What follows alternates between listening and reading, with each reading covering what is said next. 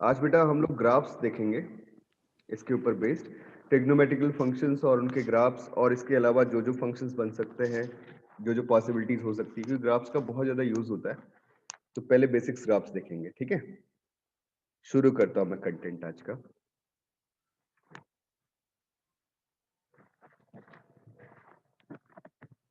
तो बेसिकली देखो, फंक्शन क्या होता है सबसे पहले तो ये समझते हैं, और उसके बाद फिर ग्राफ्स पे चलेंगे, और सारी की सारी चीजें उन्हीं के ऊपर बेस्ड है।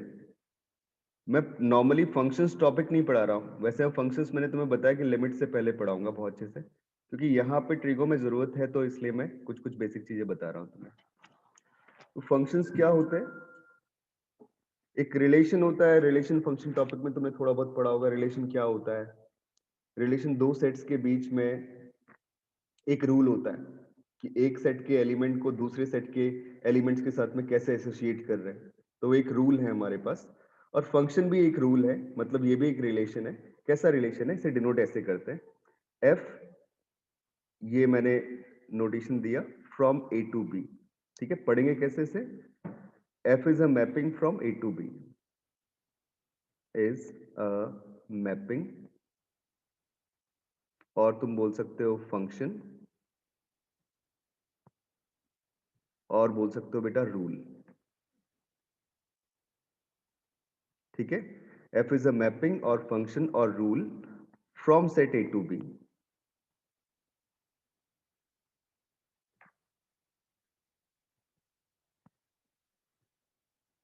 ठीक है, if there exist, if there exist unique image,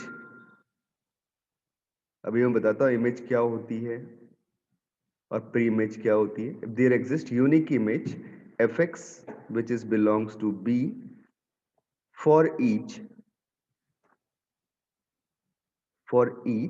x which is belongs to set a, right? जिसमें जो सेट ए है हमारे पास, इसे अपन बोलते हैं डोमेन, और जो सेट बी है उसे बोलते हैं codomain. This is called codomain. और जो सेट ए है उसे क्या बोलते हैं? डोमेन। तो देखो बेटा, हो क्या रहा है कि यहाँ पे एक सेट ए इस तरीके से अपने पास है, और ये दूसरा सेट बी इस तरीके से अपने पास है। इनके बीच में एक रूल हमने डिफाइन किया, this rule is F.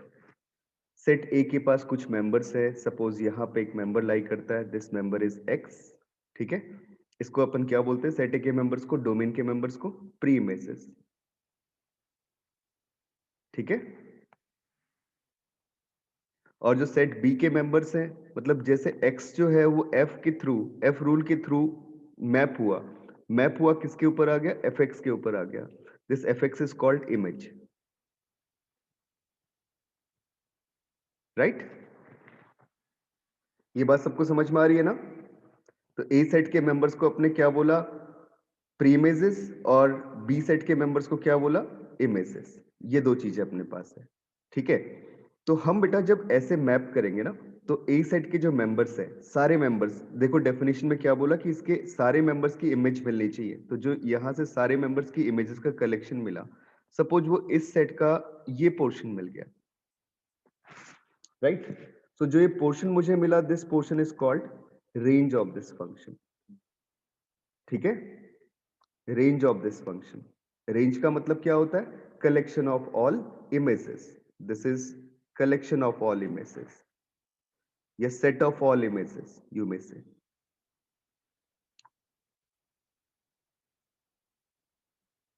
Right?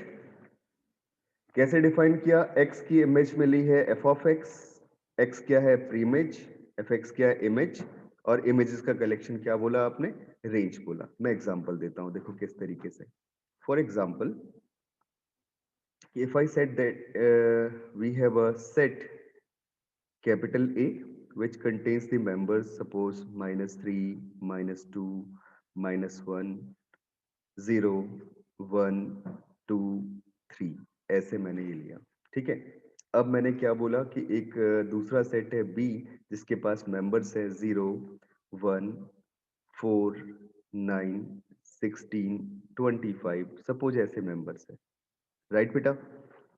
तो हम चेक करना चाहते हैं कि मुझे एक दिया हुआ है रूल यहाँ पे, this rule is that f is from a to b such that, जैसे मैं st लिखूंगा आगे से ना शॉर्टली, तो उसका मतलब है सच दैट, ठीक है, such that f of x this is equal to x square, right. क्या बोला मैंने, f of x is equal to x square. इसके लिए क्या ये फंक्शन होगा या नहीं होगा आपको सर्च करना है, ठीक है, दिस इज फंक्शन और नॉट।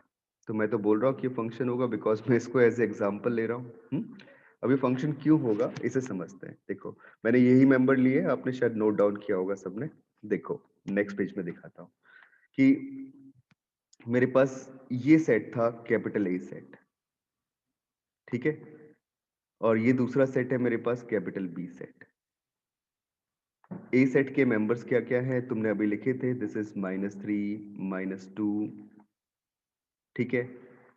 और मैं एक काम कर रहा हूँ बेटा, दोनों को प्लस और माइनस को एक साथ लिख रहा हूँ ऐसे, -3 + 3 -2 + 2 -1 + 1 और 0, ठीक है। और यहाँ पे क्या क्या आ गया 1 2 सॉरी 4 9 16 और 25 ऐसे मेंबर्स थे अपने पास। ये रूल हमने रिप्रेजेंट किया हुआ है। रूल क्या है, fx is equal to x square. Domain के जो मेंबर है वो क्या बोले थे मैंने, प्री इमेजेस, ठीक है ना। और रेंज के सॉरी कोडोमेन के जो मेंबर है उसके अंदर इमेजेस लाई करेंगे, ठीक है। सारे इमेजेस नहीं होंगे, उनमें से कुछ इमेजेस होंगे जिनका कलेक्शन आपने क्या रिप्रेजेंट किया था, range, range of the set. अब तुम समझना कैसे ऐसा हो रहा है। जैसे मैं अगर -3 और +3 की इमेज देखता हूं तो मुझे इमेज क्या मिल रही है, 9 मिल रही है, राइट, क्योंकि इनका स्क्वायर 9 है। तो इन दोनों एलिमेंट्स की इमेज 9 मिली।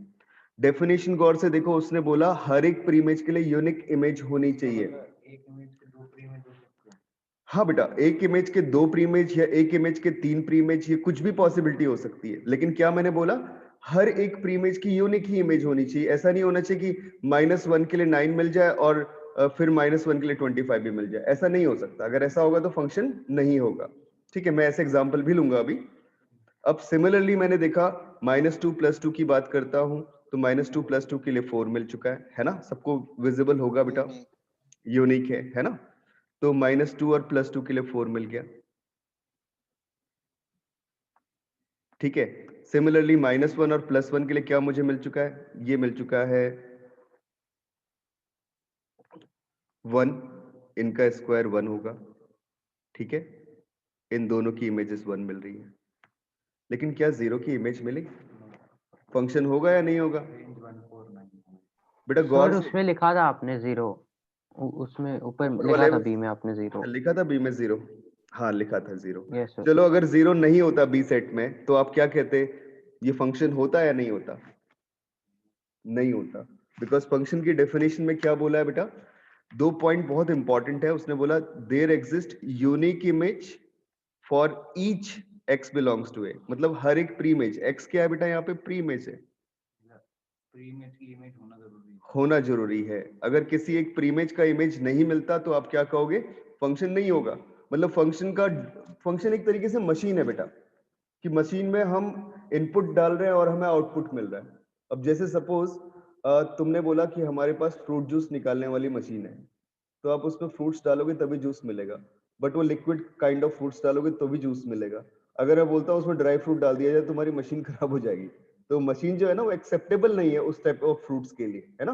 तो ये मशीन है, या एक रूल बोल सकते हो, या फंक्शन बोल सकते हो, या मैपिंग बोल सकते हो बेटा, कुछ भी आप जो भी वर्ड देना चाहो। तो सर हर हर डोमेन के एक कम से कम एक इमेज होना जरूरी है, मतलब एक इमेज होना जरूरी है एक बिल्कुल फंक्शन बेटा, के लिए। डोमेन के हर एक मेंबर की इमेज होनी जरूरी है। और तुमने, जब मैंने तुम्हें बेसिक मैथमेटिक्स पढ़ाई थी तब ये बात भी बोली थी, डोमेन का मतलब होता क्या है। डोमेन का मतलब ऐसा सेट जिसके लिए आपका एक्सप्रेशन डिफाइंड है या फंक्शन डिफाइंड है ना। अब जब सपोज फंक्शन 0 के लिए डिफाइंड ही नहीं है यहाँ पे, जैसे मैं अगली वाली इमेज सॉरी पेज पे चलता हूं, तुम इसे देखो, यहाँ पे 0 के लिए आपका फंक्शन डिफाइंड ही नहीं है। इसका मतलब क्या हुआ, ये फंक्शन ही नहीं है। होना चाहिए था डिफाइंड, ये डोमेन का मेंबर नहीं है 0 आपका। तो 0 को डोमेन का मेंबर होने के लिए क्या होना चाहिए, को डोमेन में एक मेंबर और होना चाहिए, कौन सा, 0। तो मैंने यहाँ पे 0 रख दिया सपोज, ठीक है। तो 0 की इमेज क्या मुझे मिल गई, 0 की इमेज मुझे मिल गई बेटा 0। कुछ समझ में आ रहा है, अरे भाई कुछ Yes, सर बोलो। हम ऐसे इमेजेस में 0 ऐड कर सकते हैं, मतलब कोई भी डिजिट? नहीं नहीं, आप ऐड नहीं कर सकते। मैंने ऊपर सेट में लिखा था बी सेट में 0 को, इसलिए मैंने ऐड किया बेटा। ओके। अगर ये 0 नहीं होता तो आप डायरेक्टली बोलते कि फंक्शन नहीं होगा। ठीक है, तो इसमें जो अपना ए सेट बन गया ये तो बन गया डोमेन। ठीक है, और जो बी सेट बन गया वो क्या बन गया, वो तो बन गया कोडोमेन। ठीक है, और जो अपने पास 0 1 4 9 इनका सेट जो मिला वो क्या मिल गया, रेंज मिल गया। कितना आसान सा काम हो रहा है ना। तो ये 4 पॉइंट्स का कलेक्शन अपने पास क्या आ गया, रेंज। एक डेफिनेशन और निकल गई, range is always subset of codomain, right. So this is range of the function F. तो अब मैं नोटेशन भी तुम्हें बता रहा हूं मैं कैसे डिनोट करूंगा। तो किसी फंक्शन के लिए जैसे डोमेन मेरे को दिखना है, डोमेन ऑफ फंक्शन एफ, तो इसको मैं डिनोट करूंगा बेटा डी ऑफ एफ से, ऐसे। ठीक है, रेंज ऑफ फंक्शन एफ लिखना है तो कैसे लिखूंगा, इसके लिए नोटेशन दूंगा आर एफ। और कोडोमेन ऑफ एफ लिखना है तो कैसे लिखूंगा, दिस इज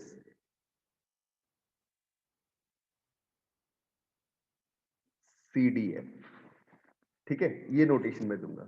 और तुम्हें इन सारी चीजों को देख के पता चल गया होगा R f is subset of C D f, codomain of function f. Any doubt?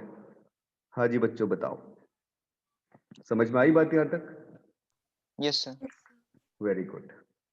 सो बेटा ये बेसिक डेफिनेशन है फंक्शन की, बट इसको अपन प्लॉट करते हैं अब, कैसे प्लॉट किया जा सकता है। ठीक है, तो चलता हूं नेक्स्ट पेज पे, देखना।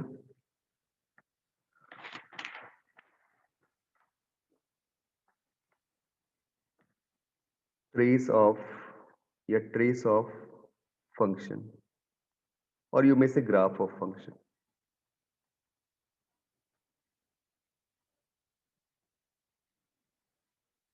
कुछ स्टैंडर्ड ग्राफ होंगे जो हमें याद करने होंगे। इनिशियल फेज पे ना अगर कोई तुमसे पूछता है कि ग्राफ ऐसा ही क्यों बना, तो तुम बोलोगे मुझे 1 साल का वेट करने दो, अगले साल में तुम सबके मुंह पे तमाचा मारूंगा ग्राफ कैसे बनता है। ठीक है, क्योंकि जब तक तुम एप्लीकेशन ऑफ डेरिवेटिव नहीं पढ़ते हो, मैक्सिमम मिनिमा निकालना नहीं सीखते हो, और कहाँ पे इंक्रीज कर रहा है कहाँ पे डिक्रीज कर रहा है ये नहीं देख पाते हो। तुमने फिजिक्स में पढ़ा होगा concave lens, sorry convex lenses, उनका शेप ऐसा ही क्यों होता है, देखा है कभी? ऐसा ही शेप क्यों होता है, या बेटा yes, sir. ऐसा ही शेप क्यों होता है? तो ये जो शेप है ना, ये शेप भी डेरिवेटिव के थ्रू निकलते हैं। तो ये सारा का सारा कंटेंट अपन पढ़ेंगे किसमें, एप्लीकेशन ऑफ डेरिवेटिव टॉपिक पे। तो अभी तो अपन क्या करेंगे, कुछ कुछ स्टैंडर्ड जो ग्राफ है जिनका बार बार यूज होता है उनको लर्न करेंगे। टेंडेंसी जो प्रॉपर होती है ग्राफ की वो ऐसी बनी, जैसे मैं कभी कहता हूँ ना कि एक पिक्चर बन गया ऐसा, ये बहुत ज्यादा इंपॉर्टेंट है ये रोल, कि एक ग्राफ ऐसा बना और फिर उसके बाद ऐसा बन गया। अब तुम्हारे कहने पे तो ये ग्राफ इंक्रीज ही कर रहा है, जैसे 10 का होता है, सिकेंड का बोल सकते हैं बेटा। तुम्हारे सोचने में तो ये चीज इंक्रीज ही कर रही है ना, ये ग्राफ इंक्रीज ही कर रहा है। लेकिन ये इंक्रीज भले ही कर रहा है, बट तुम अगर गौर से देखोगे इस पर्टिकुलर पॉइंट पे जहां पे मैंने ये डॉट किया है, ठीक है, इस पर्टिकुलर पॉइंट पे क्या हुआ, इससे पहले ये अपवर्ड है, ठीक है, कॉनकेव अपवर्ड है, और इसके बाद ये कैसा है, कॉनकेव डाउनवर्ड है ना बेटा? तो ये जो चीजें हैं ये डबल डेरिवेटिव के ऊपर डिपेंड करती हैं। तो मैं अभी इन सब चीजों के ऊपर नहीं चलूंगा because this is very interesting topic. इसके ऊपर तो बहुत ज्यादा क्वेश्चंस भी बनते हैं, और मैं आपसे बोलूंगा कि आप ये मान के चलो 50% क्वेश्चंस मैथ के जो कैलकुलस के होते हैं वो ग्राफ से ही सॉल्व हो जाते हैं। जब टाइम बचाना होता है ना तो हम ग्राफ को यूज करते हैं। तो ग्राफ बहुत अच्छे से आना चाहिए। मैं 2 क्लासेस लूंगा अभी बेसिक फॉर्म पे जब इनिशियल पढ़ा रहा हूं आपको, बट इसके बाद जब फंक्शंस पढ़ेंगे तो उस समय तो 3-4 क्लासेस होंगी इनके ऊपर। नेक्स्ट क्लास में ट्रांसफॉर्मेशंस देखेंगे, आज फंडामेंटल्स देखेंगे। तो ग्राफ ऑफ फंक्शन बेटा समझना 2-3 चीजें। पहली बात, जो हमने ट्रेस किया, कैसे ट्रेस किया कि this is suppose x axis, this is y axis. X axis में आपके पास प्री इमेजेस होती हैं, मतलब कौन से मेंबर, जो कि डोमेन के मेंबर हैं, राइट। वाई एक्सिस में क्या होती हैं, इमेजेस होती हैं, इमेजेस होती हैं, इसीलिए हम लोग y equal to f x लिखते हैं। y क्या इमेज है, x की इमेज है। तो y x की तो y की इमेज होगा ना उसका। नहीं बेटा, अगर हम मेरी बात समझना, मैंने इसको क्या लिया, रेंज लिया कि रेंज की जो भी वैल्यू आएंगे वो वाई एक्सिस पे आएंगी और जो डोमेन की जो भी वैल्यू आएंगे वो किस में आएंगे, एक्स एक्सिस पे आएंगे। ठीक है, तो ये इमेजेस हैं, प्री इमेजेस हैं यहाँ पे एक्स एक्सिस पे। इनको क्या बोल रहे हैं, they are members of domain, they are belongs to domain. और जो वाई एक्सिस पे वैल्यू लाई कर रही है वो इमेजेस हैं, वो किसको बिलोंग कर रही है, रेंज को बिलोंग कर रही है। राइट बेटा, ये नोटेशन समझो पहले। फर्स्ट काम तो यही है। अब तुमने बोला कि कोई ग्राफ ट्रेस कैसे होता है, मैंने बोला सपोज डोमेन ना मुझे कुछ ऐसा दिया हुआ है, यहां से लेके यहां तक, इस पॉइंट से लेके इस पॉइंट तक, फिर इस पॉइंट से लेके इस पॉइंट तक, बीच में कुछ नहीं दिया, मतलब ए से लेके बी चला, फिर सी से लेके डी चला, बीच में कोई पॉइंट था ही नहीं। तो जब वो ए से लेके बी चला तो उसका ग्राफ सपोज ऐसा बन गया, और सी से लेके डी चला तो सपोज का ग्राफ कुछ ऐसा बन गया। अब तुमने बोला सर ये ग्राफ ऐसा बना कैसे, ये बात मजेदार लगी नहीं है ना। ठीक है, तो अगर कोई तुमसे बोलेगा इस ग्राफ का डोमेन कितना है तो तुम क्या बोलोगे, सबसे पहले मुझे ये बताओ, और रेंज क्या है तुम क्या बोलोगे ये बताओ। तो अगर हम डोमेन बोलेंगे इस ग्राफ का तो डोमेन कितना मिलेगा, डोमेन मिलेगा this is closed interval A to B, ठीक है, union of close interval C to D, ये डोमेन होगा, क्योंकि इनके लिए ही कुछ ना कुछ पिक्चर बन रही है। अब मैं ए से लेके बी तक के बीच में कोई एक पॉइंट उठाता हूं एक्स, ठीक है, इस पॉइंट को पिक किया, इस पॉइंट के कॉरेस्पॉन्डिंग इमेज देखी, वो इमेज यहाँ पे कहीं पे लाई कर गई, ये इमेज क्या हो गई बेटा, एफ ऑफ एक्स हो गई। आई बात समझ में। तो यहाँ पे जो पॉइंट मिला ना, लोकेट हुआ, इस पॉइंट को अगर मैं रिप्रेजेंट करना चाहूँ प्लेन में तो कैसे करूंगा, x comma F of x. ठीक है, तो जैसे ये x है, ये x तो वेरी कर रहा है, वेरिएबल है, इसकी जब ये वेरी करेगा तो इसकी वैल्यूज कहां से कहां तक जाएंगी, a से लेके b तक जाएंगी, फिर c से लेके d तक जाएंगी। जब ये a से लेके b तक वेरी करेगा तो मुझे येलो कलर वाला ग्राफ मिलेगा जो यहाँ पे बनाया मैंने। वैसे c से लेके d तक जाएगा तो फिर ये वाला ग्राफ मुझे मिले जो मैंने यहाँ पे ट्रेस किया। अब अगर मैं इसका रेंज, कोई हमसे पूछे कि रेंज क्या होगा, तो आपने क्या कहा कि इस पिक्चर को देखते हैं कहां तक वैल्यूज आ रही है, यहां तक आ रही है, फिर यहां तक आ रही है। तो जो मैं आज बता रहा हूं तुम्हें ये बिल्कुल लेमन वर्ड में बता रहा हूं बेटा, ठीक है, कि अभी आपको बहुत ज्यादा इंफॉर्मेशन है नहीं। इंफॉर्मेशन तब बहुत सारी होती है जब डेरिवेटिव भी आ जाता है, लिमिट्स भी आ जाते हैं, तब जाके इंफॉर्मेशन अच्छी निकल पाती है।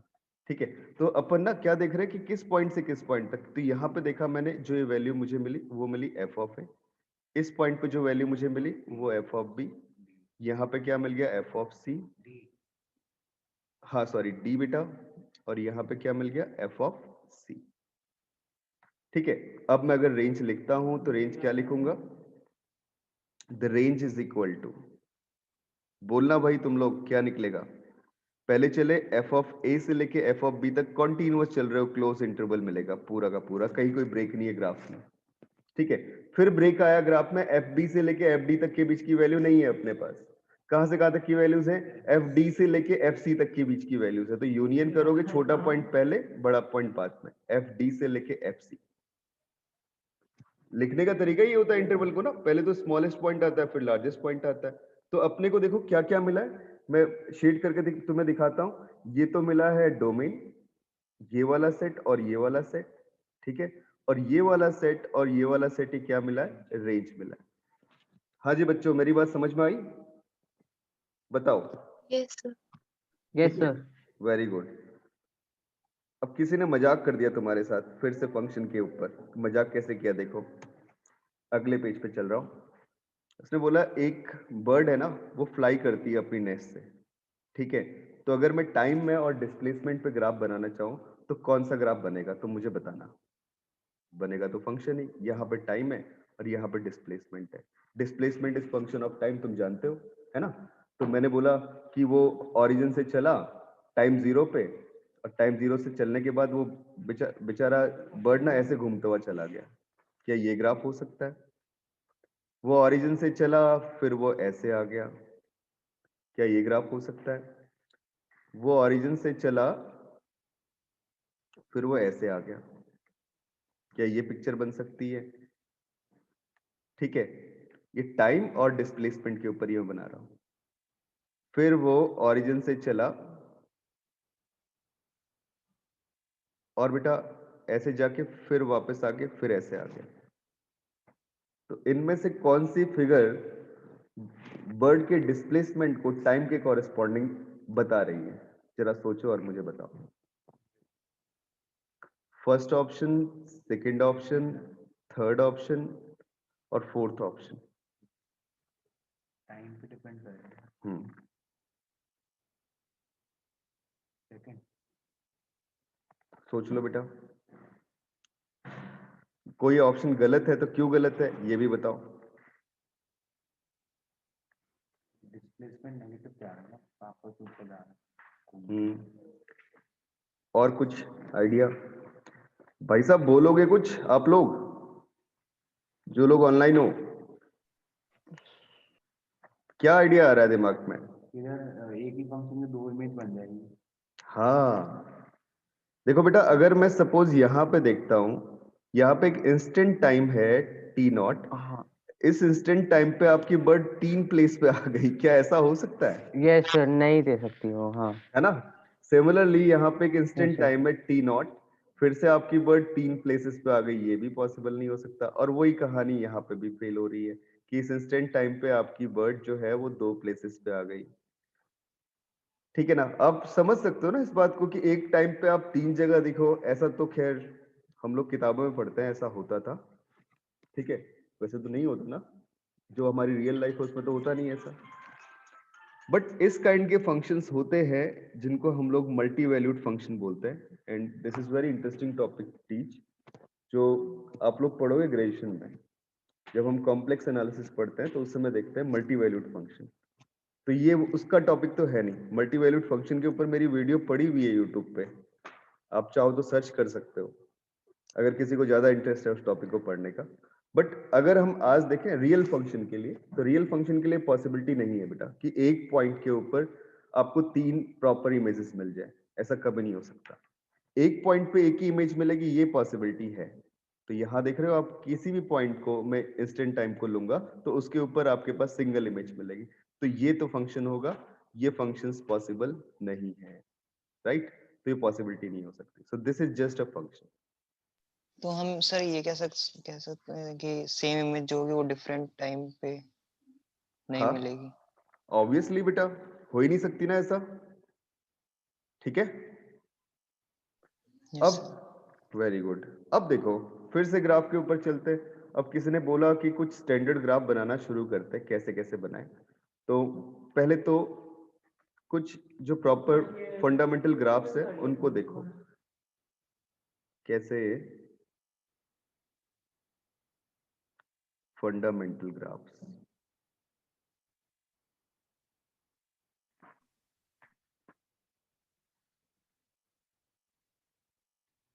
पहली बात, कोऑर्डिनेट ज्योमेट्री स्कूल में चला होगा तो ये 2-3 बातें तो सबको पता होंगी। ये आपके पास है एक्स एक्सिस, ये आपके पास है वाई एक्सिस, यहाँ पे ओरिजिन है। ठीक है, तो अगर मैं एक्स एक्सिस की इक्वेशन लिखूं तो क्या बनेगी, कोई बताएगा? y इक्वल टू 0, क्योंकि बेटा एक्स एक्सिस पे y कोऑर्डिनेट हमेशा कितना रहेगा, 0 रहेगा। y एक्सिस की इक्वेशन क्या मिलेगी, x इक्वल टू 0, है ना। ये तो बेसिक चीज है हमारे पास। तो x एक्सिस अगर कभी लिखूं तो उसकी इक्वेशन क्या होगी, this is always y equal to 0, क्योंकि उस पर y कोऑर्डिनेट हमेशा 0। और y एक्सिस की इक्वेशन अगर मैं लिखना चाहूँ तो वो इक्वेशन क्या होगी, वो होगी x इक्वल टू 0। अब तुम ऐसे भी मेजर कर सकते हो कि अगर मैं यहाँ पे कोई पॉइंट देखूं तो पॉइंट क्या मुझे मिला, a,0। यहाँ पे कोई पॉइंट देखो तो मुझे क्या मिला, 0, b। मतलब y कोऑर्डिनेट y एक्सिस पे वेरी कर रहा है, सिर्फ x कोऑर्डिनेट 0 है। और वैसे ही x एक्सिस पे y कोऑर्डिनेट 0 हो रहा है और x कोऑर्डिनेट कितना है वो वेरी कर सकता है, राइट। तो ये हमारे थोड़े से बेसिक पहली बात आ गई। तो इसको आप चाहो तो G1 लिख लो, ग्राफ 1। ठीक है, अब आगे देखते हैं ग्राफ 2 को। ग्राफ 2 बेटा है constant function.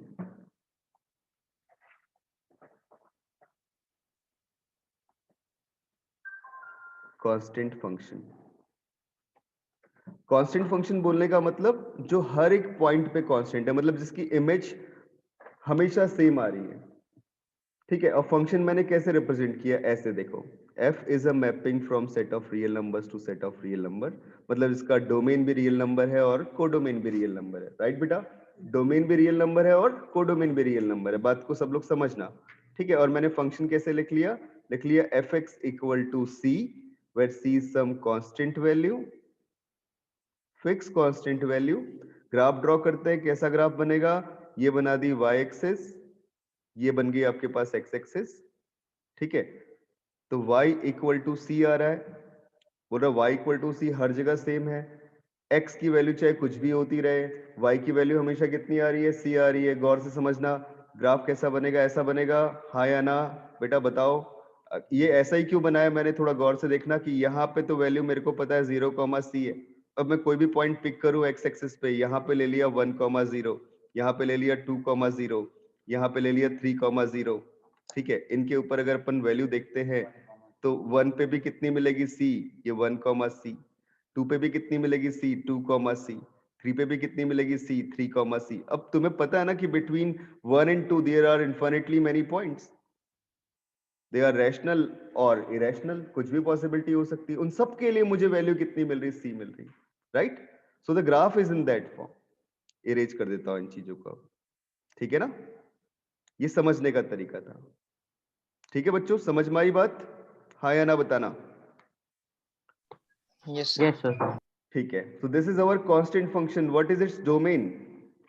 Domain is equal to set of real number, range is equal to, this is C, singleton set C, सिर्फ एक ही एलिमेंट रेंज में आ रहा है, वो कौन सा आ रहा है? C आ रहा है, राइट?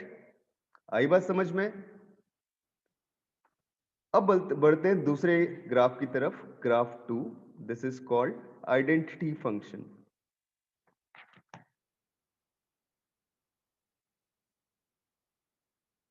आइडेंटिटी फंक्शन, कई लोग ix से भी रिप्रेजेंट करते हैं, बट मैं लिख रहा हूं fxc, ठीक है? This is fx equal to x। फिर से मैपिंग कैसी है? Real to real, and this is fx equal to x, ठीक है बेटा? This is called identity function such that, ऐसे लिखा करेंगे आगे से, हाँ, such that fx equal to c लिखा ना ऊपर, such that fx equal to x। Domain कितना? r, कोडोमेन कितना? r। अब रेंज निकालनी कितनी होगी? थोड़ा गौर से देखो, ग्राफ बनाया मैंने इस फॉर्म में, this is y axis and this is x axis, समझते चलना बेटा। y की वैल्यू कितनी है? x के इक्वल है, मतलब जो x एक्सिस पे पॉइंट उठाओगे वही पॉइंट इमेज के तौर पे y एक्सिस पे मिल जाएगा। बात समझ में आ रही है कि अगर मैंने पॉइंट लिया 0 तो इमेज भी कितनी आएगी? 0, तो 0,0। हाँ बेटा, रेंज भी रियल नंबर्स। अब देखो कैसे, यहाँ पे पॉइंट आ गया, अगर मैंने 1 ले लिया तो 1 के लिए इमेज कितनी आ रही है? वो भी 1 आ रही है। 2 ले लिया तो 2 के लिए इमेज कितनी आ रही है? वो भी 2 आ रही है। सिमिलरली 3 के लिए इमेज कितनी आ रही है? 3 आ रही है, राइट? ओके बेटा, पूछ लो, कोई बात नहीं, अगर कहीं पे डाउट हो रहा है तो। मैंने क्या कहा बेटा? fx equal to x, constant function दोबारा बताना है। देखो बेटा, कांस्टेंट फंक्शन में क्या बोला? y इक्वल टू सी आपके पास है, मतलब आप x का कोई भी वैल्यू पिक करो, आपको y की वैल्यू c ही मिलने वाली। अब तुम जो मैंने व्हाइट लाइन ड्रॉ की है, इस व्हाइट लाइन में कोई पॉइंट उठाता हूं, सपोज मैंने उठा लिया x, c, यहाँ पे x ले लिया x एक्सिस पे, तो उस पे भी तो वैल्यू c ही मिलेगी ना y की। इस पूरी लाइन पे जो व्हाइट लाइन ड्रॉ की है, उस पूरी लाइन पे y की वैल्यू तो c ही मिलनी है, चाहे आप x की वैल्यू कुछ भी बना लो, तो इसलिए ग्राफ ऐसा बन गया। सोहानी, बात समझ में आई बेटा? ठीक है, ओके गुड। सो अब ऐसे ही मैं y इक्वल टू एक्स का ग्राफ ड्रॉ कर रहा हूं। इन सारे पॉइंट को पहले नोट कर लो, नोट डाउन कर लो। 2, फिर 3, सिमिलरली बेटा यहाँ -1 1 -1, यहाँ -2 -2, और यहाँ -3 3। अब इन सारे पॉइंट्स को कनेक्ट कर देते हैं, तो मुझे कुछ ऐसी लाइन मिल रही है, ठीक है? ये लाइन जरा गौर से देखो, y की वैल्यू इस लाइन में कहां तक जा रही है? देख रहे हो, ये लाइन जो है ना, प्रॉपर माइनस इन्फिनिटी की तरफ टेंड कर रही है, और यहां से प्रॉपर प्लस इन्फिनिटी की तरफ टेंड कर रही है, ठीक है बेटा? प्रॉपर माइनस इन्फिनिटी की तरफ टेंड कर रही है यहाँ पे, और यहाँ प्रॉपर प्लस इन्फिनिटी की तरफ टेंड कर रही है। ठीक है, अब गौर से देखो, अगर लाइन, क्या लाइन डिस्क्रीट पॉइंट को उठा के चल रही है? 0 0 को लिया, सिर्फ 1 0 को लिया, सिर्फ 2 0 को लिया, सिर्फ 3 0 को लिया, ऐसा तो नहीं बोला ना? नो 0 से सर 1, हाँ 0 से 1 के बीच में No, sir. सारे मेंबर्स है बेटा मेरे पास, वेरी गुड। जब इसके बीच के सारे मेंबर्स है, डोमेन कितना होगा इसका? पूरा रियल नंबर होगा। हर एक रियल नंबर के लिए मुझे इमेज मिल रही है। जो भी पॉइंट उठा रहा, 0.5 उठाया तो उसकी इमेज कितनी मिलेगी? 0.5 मिलेगी। ठीक है, √2 उठाया तो उसकी इमेज कितनी मिलेगी? √2 मिलेगी। मिलेगा जरूर, इमेज हमेशा मिल रहा है और सेम मिल रहा है बेटा। तो जब डोमेन आर आ रहा है तो रेंज भी कितना आएगा? आर ही आएगा।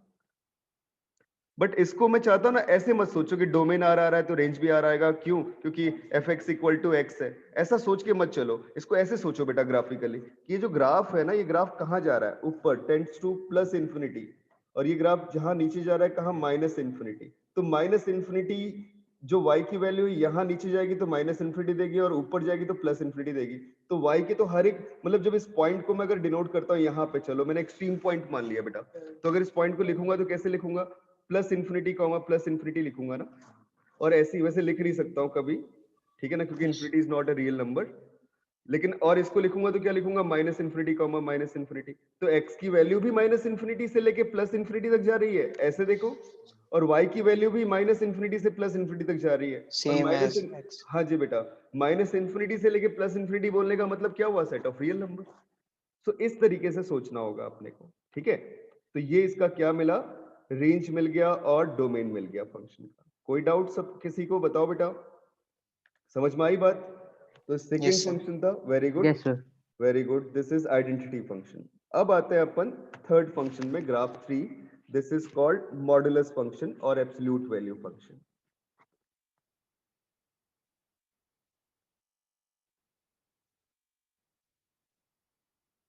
मॉडुलस और एब्सोल्यूट वैल्यू फंक्शन।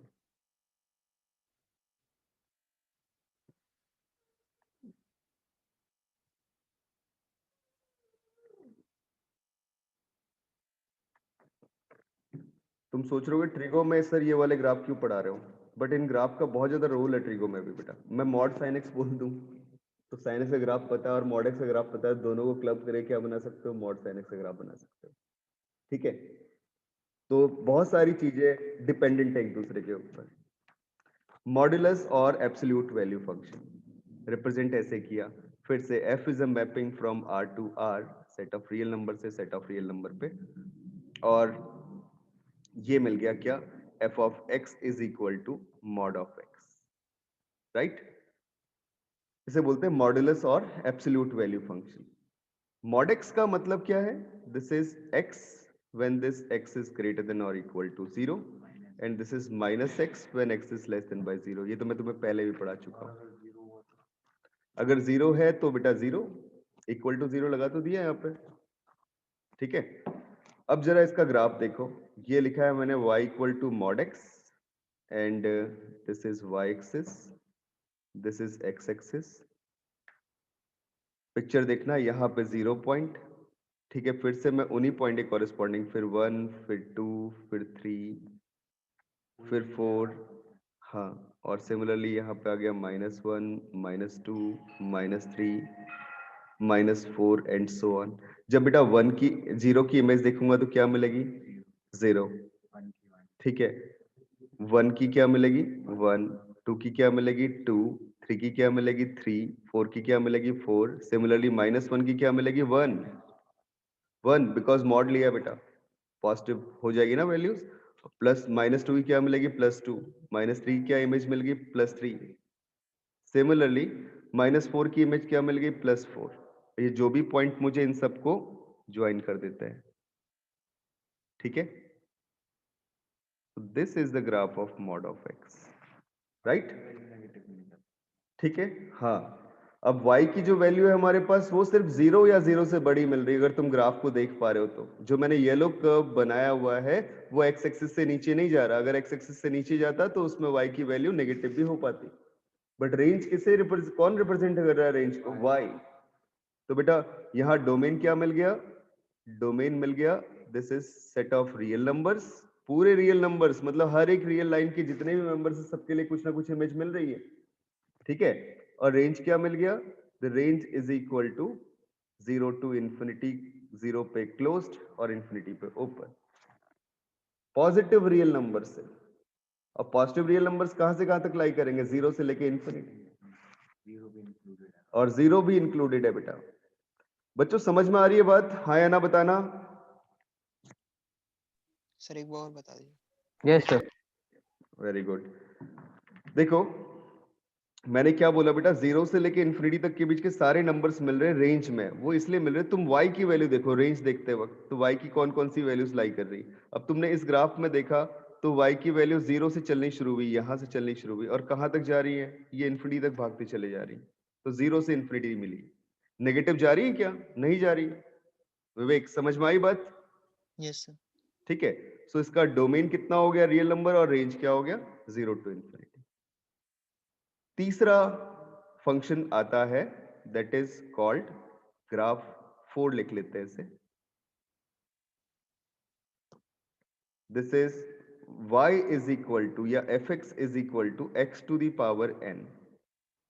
ये फंडामेंटल शेप याद रहनी चाहिए और इनके डोमेन रेंजेस भी याद रहने चाहिए जितने मैं अभी आपको बता रहा हूं। अब x to the power n बोला तो दो पॉसिबिलिटी हो सकती हैं। एक पॉसिबिलिटी क्या हो सकती है कि n आपका फ्रैक्शन हो जाए, सॉरी x आपका, या n का वैल्यू ऑड हो जाए या n का वैल्यू इवन हो जाए। मैं इंटीजर की बात करता हूँ अभी, पॉजिटिव इंटीजर की, ठीक है। नेगेटिव वाली बात अलग से करूंगा। तो बेटा मैंने बोला कि यहाँ पे जो n है वो कैसा है, सपोज नेचुरल नंबर है। अब इसमें पॉसिबिलिटी देखते हैं, जरा गौर से मेरी बात को समझना। आपको पता है कि अगर मैं n की वैल्यू 1 ले लूं तो बेटा ये क्या बन जाएगा, fx इक्वल टू x बन जाएगा, जो कि क्या होता है, आइडेंटिटी फंक्शन होता है। उसका ग्राफ कैसा बनेगा, this is in that shape, straight line जो इससे पहले बनाई थी आपने, ठीक है। This is the line. तो ये तो बन गया आइडेंटिटी फंक्शन। मैं थोड़ा सा शेप सही कर देता हूं, ये राइट। अब मैं अगर बोलता हूं n की वैल्यू 2 हो गई, तो तुम सोचना कैसे देखा जाए। This is for n equal to 2, तो ये बन गया fx equal to x square. और जैसे मैं समझा रहा हूं वैसे समझना, एक्स स्क्वायर या मॉड एक्स का square both are same thing. क्या फर्क पड़ता है, दोनों पॉजिटिव वैल्यू देते हैं, है ना। तो बेटा एक्स स्क्वायर बोले या एक्स मॉड एक्स स्क्वायर बोले, दोनों बातें सेम। अब मैं ग्राफ बनाना चाह रहा हूं, तो पहले मैंने क्या किया, मॉड एक्स का ग्राफ बनाया और उसका स्क्वायर कर लेता हूं। देखो कैसे करेंगे, ये एक दूसरे के ऊपर डिपेंडेंट है सारे के सारे। हम चेक कर रहे हैं एफ एक्स या y equal to x square को। अब मैं पॉइंट पुट करके नहीं बता रहा हूँ, छोटे बच्चों वाली बात हो गई, वो तुम कर चुके हो। अब थोड़ा आगे बढ़ते हैं, ट्रांसफॉर्मेशन सीखते हैं, ठीक है। यहाँ पे ऑरिजिन है, तो बेटा ये तो बन गया मॉड एक्स, ये था ग्राफ किसका, मॉड एक्स का। मैं अगर इसका स्क्वायर करूंगा तो क्या होगा, तुम थोड़ा सा दिमाग लगाओ। और तुम्हें हिंट देता हूं कि मेरे पास यहाँ पे जो 2 पॉइंट है, ये 2 पॉइंट डिस्टरबेंस करेंगे, एक पॉइंट 1 और दूसरा पॉइंट -1, क्योंकि इनके स्क्वायर्स 1 ही होंगे, सेम ही होंगे। लेकिन इन दोनों पॉइंट के अलावा जो रिमेनिंग पॉइंट है उनकी स्क्वायर करने पे कुछ टेंडेंसी बदल सकती है। जैसे मैं अगर सपोज बोलूं बेटा हाफ का स्क्वायर करूं, तो क्या वैल्यू आती है 1/4, जो कि हाफ से छोटी है। मतलब फ्रैक्शनल नंबर का स्क्वायर करता हूं तो वैल्यू नंबर से छोटी आ रही है ना। लेकिन अगर मैं 2 का स्क्वायर करता हूं तो वैल्यू मुझे मिल रही है 4, जो कि इससे बड़ी आ रही है। तो देखो मैंने कैसा ग्राफ बनाया, मैंने बोला यहां पे तो कोइंसाइड करेंगी, ठीक है, यहां पे तो कोइंसाइड करेंगी, किस किस पे, 1 पे और -1 पे, क्योंकि इन पे स्क्वायर करूंगा तो वैल्यू कितनी आएगी, 1 ही आएगी, ठीक है। अब आती है अगली बात, यहां से लेके यहां तक जो पिक्चर बनेगा वो कुछ ऐसा बनेगा। कलर चेंज कर देता हूं और सब समझ के मुझे बताना कि ये बात समझ में आई कि नहीं आई। मैंने बोला यहां से लेके यहां तक का पिक्चर ऐसा आएगा। क्यों आएगा, क्योंकि जो मॉडेक्स का ग्राफ बना है ना, उसका स्क्वायर करूंगा, -1 से 1 तक के बीच में सारे फ्रैक्शनल नंबर होते हैं, उन फ्रैक्शनल का मॉड लूंगा तो वैल्यू भी फ्रैक्शन होगी, 0 से लेके 1 लाई करेगी। बेटा सबको समझ में आई बात। मैंने ये बोला कि अगर x -1 से 1 के बीच में लाई करता है तो मॉड ऑफ x का वैल्यू कैसा होगा, this is lying between 0 to 1, 0 से 1 तो फ्रैक्शन ही है, अब मैं इसका स्क्वायर अगर करता हूं तो ये वैल्यू भी कैसी होगी, 0 से लेके 1 के बीच में ही लाई करेगी। और क्या बोलेंगे साथ साथ कि मॉड ऑफ x की वैल्यू जो है वो मॉड ऑफ x के स्क्वायर से बड़ी होगी, क्योंकि मॉड ऑफ x जो है अगर सपोज मैंने ले लिया उसका वैल्यू 1/2, तो उसका स्क्वायर करूंगा तो वैल्यू क्या होगी 1/4, तो 1/2 1/4 से बड़ा है ना। तो इसका ग्राफ जो है इसके ग्राफ से बड़ा आएगा, तभी तो मैंने पिक्चर ऐसी बनाई। देखो ग्रीन कलर का जो कर्व है वो इस ग्राफ से नीचे लाई कर रहा है, तो इसका मतलब इस ग्राफ से छोटा है। हाँ जी बच्चों, मेरी बात समझ में आई, हाँ या ना बताना। ऊपर जाना। हाँ बेटा बताओ, समझ में आई बात की नहीं आई? Yes sir. ठीक है बेटा, और लोग बताना यस आई सर। बात। Very good.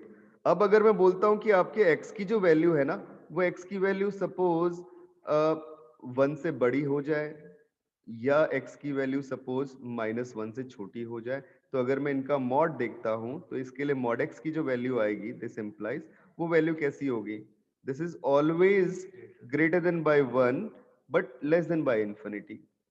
ठीक है, and when I define it square, it will again becomes in same form but gives the condition, क्या दे देगी कि that mod of x is less than by mod of x square। मतलब इस case के लिए क्या होगा कि नंबर का वैल्यू उसके स्क्वायर से छोटा होगा। जैसे 2 स्क्वायर इक्वल टू 4 आ रहा है, 4 कैसा है, 2 से बड़ा है, तो ये सिचुएशन मुझे मिल रही है। तो अगर मैं 1 के बाद पिक्चर ड्रॉ करता हूं तो ऐसा ड्रॉ करूंगा, यहां भी पिक्चर ड्रॉ करता हूं तो बेटा मैं ऐसा ड्रॉ करूंगा। समझ में आई बात? ये ग्राफ किसका बन गया, एक्स स्क्वायर का बन गया। अब किसी की इच्छा कर रही पॉइंट पुट कर करके देखना तो देख सकता है, बट जरूरत नहीं है, आप ऐसे समझ लो। ठीक है बेटा, समझे? अगर किसी ने कहा कि सर इसका भी स्क्वायर कर दो ना, क्या होगा, मतलब एक्स की पावर 4, तो क्या होगा, पिक्चर ऐसी बन जाएगी। मतलब कैसी पिक्चर बन जाएगी, थोड़ा गौर से देखना, कुछ इस टाइप की पिक्चर बन जाएगी। एक मिनट, यहां तो थोड़ा सा और बड़ी वैल्यू मिलेगी और यहां थोड़ी और छोटी वैल्यू मिलेगी, कॉम्पैक्ट होगा और फिर ऐसे ग्राफ बनता चला जाएगा। ये थोड़ा ज्यादा स्टीप कर दिया, वैसे ऐसा होगा नहीं, ठीक है, बट तुम मेरी भावनाओं को समझ रहोगे सब लोग शायद मैं क्या बनाना चाह रहा हूं। This value is x to the power 4, right. तो चाहे x की कोई भी इवन पावर कर लो, आपने लिख लिया x की पावर n, जहां पे n कैसा है, इवन है, तो उस केस में जो हमारा ग्राफ बनने वाला है वो ग्राफ हमेशा कैसा बनने वाला है, यू शेप बनने वाला है, इन दैट शेप। लेकिन जितनी बड़ी पावर करोगे वो उतना ज्यादा स्टीप होता चले जाएगा, 0 -1 से 1 के बीच में। ठीक है, so this is our picture, what is its domain and what is its range in this situation. ये तो नोट बन गया अपने पास। Its domain become set of real number, सारे रियल नंबर्स का स्क्वायर पॉसिबल है। रेंज, रेंज का मतलब क्या हुआ, सिर्फ पॉजिटिव रियल वैल्यू देगा, बिकॉज पावर इवन है और ग्राफ से भी दिख रहा है सबको कि 0 के ऊपर ही ऊपर पिक्चर मिल रही है, तो ये क्या मिल गया, 0 से लेके infinity. This is our range. हाँ जी बच्चों, बात समझ में आई, हाँ या ना बताओ। हाँ सर। वेरी गुड भाई, और लोग बोलो। आयुष्मान समझ में आ रहा है इतना? Yes sir. Very good. Sohani? Yes sir. Very good. Vivek समझ में आ रहा यस है? सर। वेरी गुड, ठीक है। डोमेन कितना आया, R, set of real number, क्योंकि सारे रियल नंबर का स्क्वायर पॉसिबल है, पावर 4 पॉसिबल है, और रेंज कितना आ गया, 0 टू इंफिनिटी। और कोडोमेन लिखते तो फिर वो तो यार तुम अपने हिसाब से डिफाइन करोगे, जो क्वेश्चन में दिया होगा वैसा कोडोमेन लिखोगे। क्वेश्चन में दिया होगा बोलने का मतलब जरा पीछे ही देखो, मैं इसको अगर ऐसे लिख लूं ना, f is a mapping from R to R, तो क्या बोलोगे, कोडोमेन कितना है, ये वाला है आर, डोमेन क्या है, ये आर है, और ठीक है ना। Very good. तो ये सर जो इसमें भी तो फिर कोडोमेन आ रही हो गया ना। हाँ बेटा, कोडोमेन आर ही हो गया। ठीक है, तो जब अपन f is a mapping from r to r लिखते हैं, तो जो दूसरा वाला सेट है b सेट, उसे अपन क्या बोल रहे हैं, कोडोमेन बोल रहे हैं। अब बढ़ते हैं आगे, चलते हैं नेक्स्ट ग्राफ के ऊपर। अगर n इक्वल टू 3 हो जाए, मतलब ऑड के लिए बात करना चाहेंगे, ठीक है। सो आते हैं नेक्स्ट सिचुएशन पे, ये आ गई सर वहाँ पे कोडोमेन आर क्यों है? बेटा, क्योंकि हमारा फंक्शन जो था ना वो रियल से रियल पे था, और तुम्हें मैंने बताया था ये वाला सेट क्या होता है, डोमेन, और ये वाला सेट क्या होता है, कोडोमेन। ठीक है, समझ में आई Yes. बात? Yes. अब बढ़े बेटा आगे, देखो चलते हैं नेक्स्ट केस लेते हैं व्हेन n इक्वल टू 3। भाई n इक्वल टू 3 होने पे क्या होगा, मतलब fx इक्वल टू क्या होगा, x क्यूब हो जाएगा। और गौर से मेरी सारी बातों को समझना, मैंने एक नंबर तो पिक किया हाफ, हाफ का क्यूब करूं तो 1/8, 1/8 जो है वो 1/2 से छोटा आ रहा है, मतलब क्यूब करके नंबर से छोटा हो जा रहा है। बट अगर नंबर लेता हूँ -1/2 तो इसका क्यूब करूंगा तो कितना आएगा, -1/8, और ये वैल्यू जो है वो वैल्यू क्या होगी, -1/2 से बड़ी आएगी। और अगली बात, यस सर। वेरी गुड, अगली बात अगर -2 का क्यूब करता हूं तो -8 आया, ये वैल्यू -2 से छोटी आ रही है। और 2 का क्यूब करता हूं तो ये वैल्यू क्या आ गई, 8, और ये 2 से बड़ी आ रही है। सब चीजें पता चल चुकी है। बट -1 का क्यूब करूंगा तो बेटा ऑब्वियसली -1 ही आएगा, और 1 का क्यूब करूंगा तो वैल्यू कितनी आएगी, 1 ही आएगी। मैंने छोटा सा डेटा तुम्हें बता दिया। अब क्या करो, फिर से लाइन ड्रॉ करते हैं अपनी, कौन सी, x का क्यूब है ना, तो x की लाइन ड्रॉ कर लो। तो x की लाइन अपने पास ये वाली मिल रही है, ठीक है। This is y equal to x, इसका क्यूब करना है मुझे। अब जरा पॉइंट पिक करना, देखना यहां पे पॉइंट ले लिया, ये वाला पॉइंट कौन सा है, +1, 1 की इमेज तो 1 ही आ रही है, ठीक है। और दूसरा वैल्यू ये 1 ही आ रहा है बेटा। दूसरा वैल्यू देखा यहाँ पे 0, यहाँ पे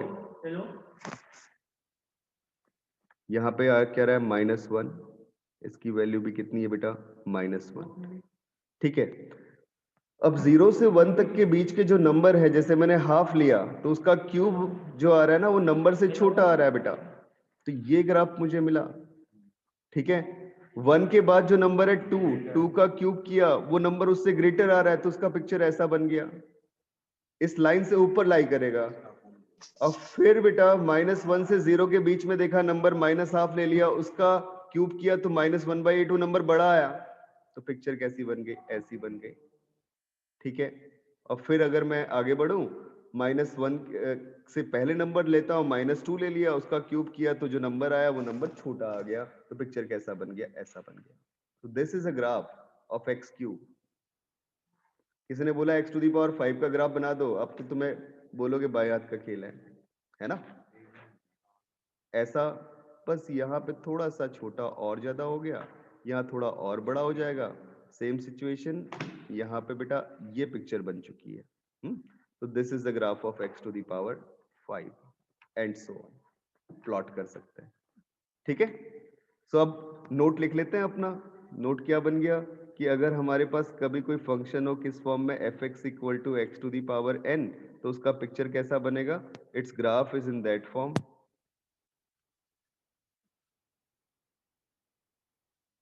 राइट, हमेशा इसी शेप में आएगा। तो ये पॉइंट 0 था, अब तुम इसका डोमेन भी लिख सकते हो और रेंज भी लिख सकते हो। डोमेन कितना आ गया बेटा, बोलोगे set of real number, range क्या आ गया, this range is equal to set of all real number again, क्योंकि -∞ से +∞ तक के बीच की सारी वैल्यूज मिल रही, ग्राफ नेगेटिव भी हो रहा है और पॉजिटिव भी हो रहा है, सारे पोर्शंस पिक कर रहा है, राइट। तो दो चीजें निकल के आ गई। तो ये तो बना x⁵n, कब, जब आपका n कैसा हो, ऑड हो। और इससे पहले वाला पिक्चर क्या बन गया, x⁵n जब n कैसा है, इवन है, राइट। ये दो ग्राफ्स बन गए, समझ में आए सबको, ओके। किसी का यस डाउट है, वेरी गुड, शाबाश। तो अब अपन बढ़ते हैं आगे, चलते हैं नेक्स्ट पॉसिबिलिटी के ऊपर। और जो नेक्स्ट पॉसिबिलिटी है बड़ी इंपॉर्टेंट है, बहुत जगह यूज होती है, this is called greatest integer function, बोलते हैं GIF शॉर्टली। तो कौन से नंबर का ग्राफ है, 6, ग्रेटेस्ट इंटीजर फंक्शन।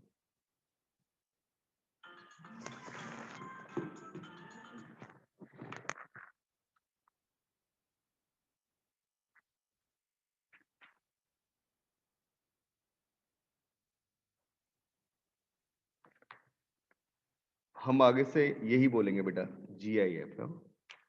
और इसका नाम ये भी कई बुक्स में लिखा होता है स्टेप फंक्शन।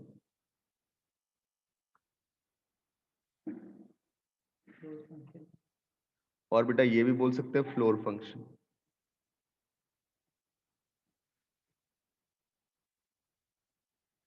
अभी फ्लोर फंक्शन इसकी डेफिनेशन को बता देगा। जरा गौर से सुनना, मैं जो डेफिनेशन दे रहा हूं इसे डिनोट करेंगे ऐसे, fx is equal to bracket close bracket लगाए x लिखा हुआ है, ठीक है। इसे पढ़ते क्या, GIF ऑफ x या greatest integer function of x, right.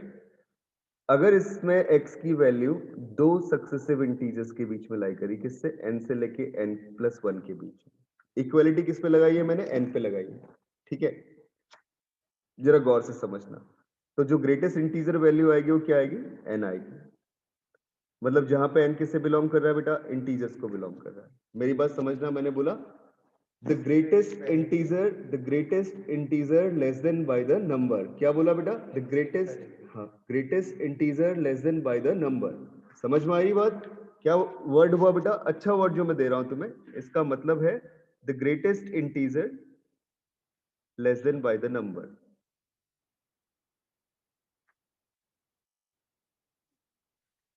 Less than और इक्वल बाय द नंबर।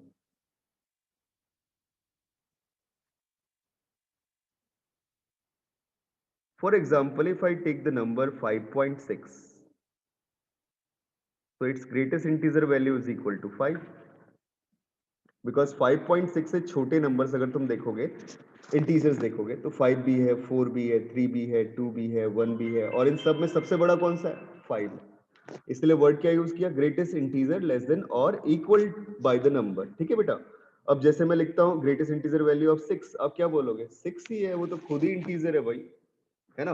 किसने बोल दिया the greatest integer value of -2.7, क्या बोलोगे, -2, पक्का, या -3, -3। तो -2.7 से छोटा नंबर देखो कौन सा, -3, yes sir, minus. -4 and so on, वो सारे चलेंगे ना। उन सब में सबसे बड़ा कौन सा आ गया, -3, राइट। और कहानी बेटा गलती ना हो, -0.2 बोलूं तो क्या होगा, -1। समझ में आ गया, है ना। तो this is greatest integer function.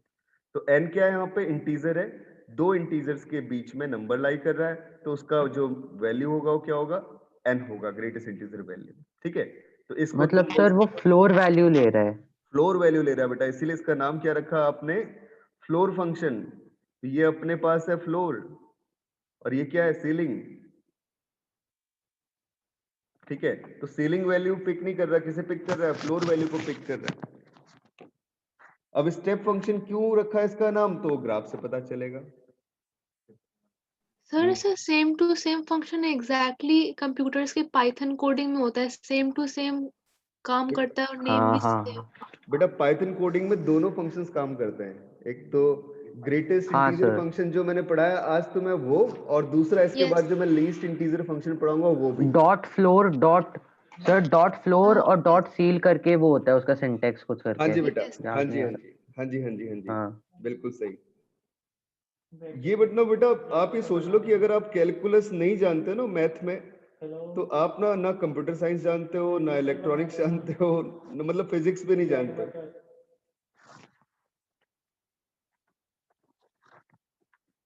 ठीक है, अब जरा गौर से देखो पिक्चर कैसे बनाए। मैंने क्या किया बेटा, पहले इंटीजर्स लिख लिए 0 से 1, फिर देन 2, फिर देन 3, फिर देन 4। सिमिलरली -1 पिक कर लिया, -2 पिक कर लिया, -3 पिक कर लिया, -4 पिक कर लिया। मैं जस्ट ड्रॉ करके दिखाना चाहता हूँ, ठीक है। कैसे सोचोगे जरा गौर से समझो। नंबर लिया 0 से लेके 1, 0 से 1 के बीच में जो भी नंबर है उसका ग्रेटेस्ट इंटीजर वैल्यू कितना मिलेगा, 0 मिलेगा। मिलेगा कि नहीं मिलेगा। तो बेटा 0 लाइन अगर मुझे ड्रॉ करनी हो, 0 की लाइन तो एक्स एक्सिस ही है ना 0, तो यहाँ पे ग्राफ बन गया। Yes sir. देखो बेटा मैंने अभी तुम्हें कांस्टेंट फंक्शन पढ़ाया था y = c, तो y की वैल्यू c, तो ये ग्राफ बना था। यहाँ पे c अगर होता तो, अगर ये c यहाँ पे ना हो के 0 हो जाए तो c कहाँ पे लाई करेगा, यहाँ पे तो लाई करेगा एक्स एक्सिस पे। समझ में आई बात सबको। तो ऐसे ही बेटा सोच रहे हैं कि 0 से लेके 1 तक के बीच में जो भी वैल्यू उनका ग्रेटेस्ट इंटीजर वैल्यू कितना मिल रहा है, 0, तो मैं इसको लिख के दिखा रहा हूं तुम्हें, y इक्वल टू 0 मिल रहा है जब x का वैल्यू 0 से लेके 1 के बीच में है, बट जैसे ही 1 हुआ तो वैल्यू क्या हो गई, 1 आ गई। तो 1 से लेके 2 के बीच में कितना मिल गया, 1 मिल गया। सिमिलरली 2 से लेके 3 के बीच में कितना मिल गया, 2 मिल गया। समझ में आ रहा है सबको? ऐसे ही मैंने बोला अगर बेटा मैं -1 से लेके 0 के बीच में देखता हूं तो वैल्यू क्या मिलेगी, -1, है ना। अब यहाँ देखो 1 पे मैंने एक बबल दिया, बबल क्यों दिया समझ में आई होगी बात सबको, क्योंकि 1 पे वैल्यू यहाँ पे शिफ्ट हो गई, ये 1 है y एक्सिस पे, फिर 1 से लेके 2 तक हर जगह same picture y equal to 1, पूरा कांस्टेंट लाइन चलेगा बेटा, ठीक है। फिर 2 से लेके 3 तक हर जगह कांस्टेंट लाइन 2 वैल्यू, सिमिलरली 3 से लेके 4 तक हर जगह constant line 3 value and so on. बच्चे अच्छे हैं हमारी क्लास वाले यार, कईयों के तोते उड़ जाते हैं इतनी छोटी सी चीज पे, है ना। तुम्हारे तो नहीं उड़ रहे, समझ में आ रहा है ना। Yes sir, Very yes sir, यहाँ पे स्टेप्स बन रही हैं, सीढ़ियाँ। है ना, तो सीढ़ियां बन रही है इसलिए इसे क्या बोल दिया, स्टेप फंक्शन। Step function. अब बेटा इसका डोमेन बताओ, क्या कोई ऐसा रियल नंबर है जिसका ग्रेटेस्ट इंटीजर वैल्यू नहीं निकल सकता, बताओ मुझे। नहीं है ना, सारे रियल नंबर के लिए ग्रेटेस्ट इंटीजर वैल्यू निकाल सकते, तो डोमेन कितना है आर। डोमेन का मतलब तो वही है ना कि जिन सारे पॉइंट के लिए सर ग्राफ बन रहा है। हाँ बेटा बोलो। सर हमने ओपन इंटरवल क्यों बनाया है? बेटा ओपन इसलिए बनाया ना कि 1 पे जो वैल्यू है वो शिफ्ट होके ऊपर मिल रही है, यहाँ पे जहाँ पे डार्क डॉट लगाया हुआ है। 1 का ग्रेटेस्ट इंटीजर वैल्यू 1 होता है ना, 0 तो नहीं होता, तो एक्स एक्सिस पे लाई तो नहीं करेगा जैसे यहाँ पे देखा। वैसे 2 का जो Yes. ग्रेटेस्ट इंटीजर वैल्यू वो 2 मिलेगा, तो यहाँ पे बबल लगा और वो 2 यहाँ पे शिफ्ट हो गया। आई बात समझ में? ऐसे 3 पे बेटा ये शिफ्ट यहाँ पे हो गई, right. Yes. Okay, then the range is equal to integers, only integers we have in image। -4 मिल रहा है, -3 मिल रहा है, क्या उनके बीच के नंबर्स मिल रहे हैं ग्राफ में? नहीं मिल रहे। तो ग्रेटेस्ट इंटीजर फंक्शन सिर्फ इंटीजर वैल्यू देता है, तभी तो उसका नाम पड़ गया ग्रेटेस्ट इंटीजर फंक्शन। बस उसकी प्रॉपर्टी क्या है कि फ्लोर पे लेके आ रहा है सारी वैल्यूज को, राइट। बट इमेज में मिल क्या रहा है, सिर्फ इंटीजर्स। 0 से 1 तक के सारे नंबर्स की इमेज क्या मिली, 0। 1 से लेके 2 तक के बीच के सारे नंबर्स की इमेज क्या मिली, 1। 2 से 3 2, 3 से 4 3 एंड सो ऑन, कंटिन्यू करते चलेंगे बेटा, राइट। ये कहानी हुई, समझ में आया शायद सबको Yes. Greatest integer function. Very good. अब Yes. बेटा वेरी गुड, अब आगे बढ़ते हैं, नेक्स्ट फंक्शन पे चलते हैं। This is graph number 7, which is called fractional part function।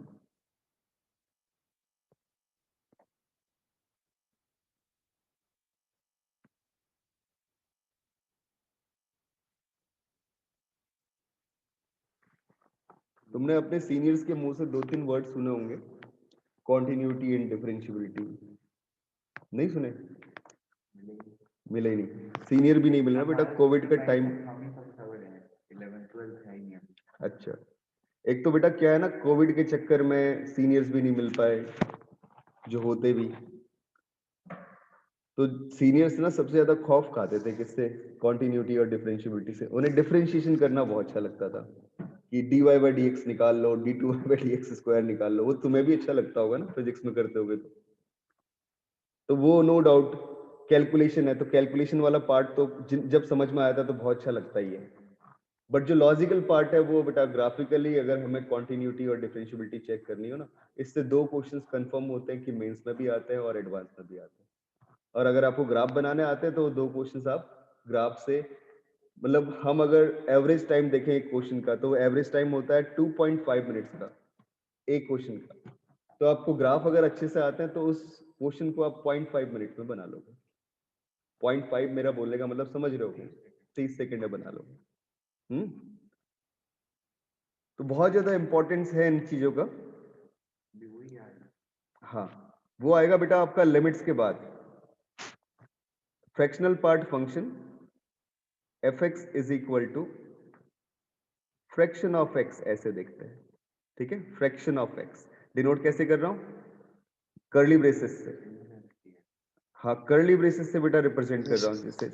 जैसे आप कई बोलते हैं सिंगलटन सेट है ना, बट ये सिंगलटन सेट नहीं है। जब सिंगलटन सेट के अंदर कोई नंबर होता है फिक्स नंबर, जैसे 1 लिख दिया 2 लिख दिया, तो उसे सिंगलटन सेट बोलते हैं। यहाँ एफएक्स लिखा हुआ है कि एक्स की वैल्यू बदलते रहो, ये हमेशा singleton set sorry fractional part of x दे रहा है।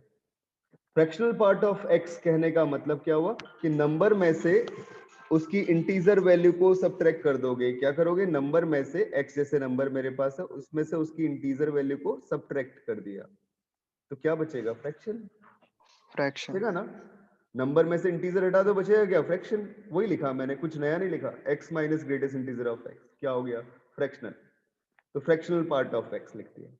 और फ्रैक्शन जो होता है वो पीस है बेटा, एक टुकड़ा है। मेरे पास एक 1 लेंथ की रॉड रखी थी, मैंने उसे छोटे छोटे पार्ट्स में डिवाइड कर दिया, तो हर पार्ट की जो लेंथ होगी वो कितनी होगी, 1 से छोटी फ्रैक्शन। होगी, 0 से बड़ी होगी, बिल्कुल। तो बेटा होगी क्या लेंथ, लेंथ होगी 0 से लेके 1 के बीच में। तो मुझे सीधे सीधे नाम सुन के ही रेंज पता चल गई, वो कितनी पता चल गई, 0 से लेके 1। तो इस फंक्शन का जो रेंज होता है वो होता है 0 से लेके 1, 0 पे क्लोज 1 पे ओपन, ठीक है। और इसका डोमेन कितना होता है, इसका डोमेन आता है सेट ऑफ रियल नंबर। सारे नंबर के पास कुछ ना कुछ फ्रैक्शन होता है, इंटीजर के पास 0 फ्रैक्शन होता है, इसलिए यहाँ पे 0 पे क्लोज लगा हुआ है, राइट। अब थोड़ा समझते हैं, जैसे मैं तुम्हें कुछ एग्जांपल दूं उसके बाद ग्राफ बनाता हूं। ग्राफ बड़ा इंटरेस्टिंग बनने वाला है, मतलब मजा आएगा तुम्हें अभी। जैसे सपोज, अभी सुनो बेटा, सपोज देखो कि अगर मैंने क्या किया, 0.6 का फ्रैक्शनल वैल्यू लिखा, तो कितना बोलोगे फ्रैक्शनल पार्ट 0.6 के अंदर, तो तुम बोलोगे 0.6 खुद ही है। क्यों है, क्योंकि 0.6 में से उसके इंटीजर को तो हटाना है ना, 0.6 को। तो 0.6 का इंटीजर वैल्यू कितना आएगा, ग्रेटेस्ट इंटीजर वैल्यू 0 आएगा, क्योंकि 0 से 1 तक के बीच में जो भी नंबर होगा भाई उसका ग्रेटेस्ट इंटीजर वैल्यू तो 0 ही मिलना है। कितना आ गया, 0.6 ही मिल गया। अब मैं अगर बोलता हूँ फ्रैक्शनल वैल्यू ऑफ -0.6, गलती से ये मत बोल देना कि -0.6, क्यों, क्योंकि बेटा ये -0.6 और माइनस इसका ग्रेटेस्ट इंटीजर वैल्यू, तो -0.6 का ग्रेटेस्ट इंटीजर वैल्यू कितना होता है, ये नंबर -1 से 0 के बीच में लाई कर रहा है -0.6, तो इसका ग्रेटेस्ट इंटीजर वैल्यू -1 होगा। तो ये कितना आ गया, -0.6 + 1। तो नंबर चाहे नेगेटिव हो चाहे पॉजिटिव हो, उसके अंदर जो फ्रैक्शनल वैल्यू मिलेगी वो हमेशा कैसी मिलेगी, पॉजिटिव मिलेगी। तो क्या वैल्यू मिल रही है, 0.4, ये इसकी फ्रैक्शनल वैल्यू आ गई।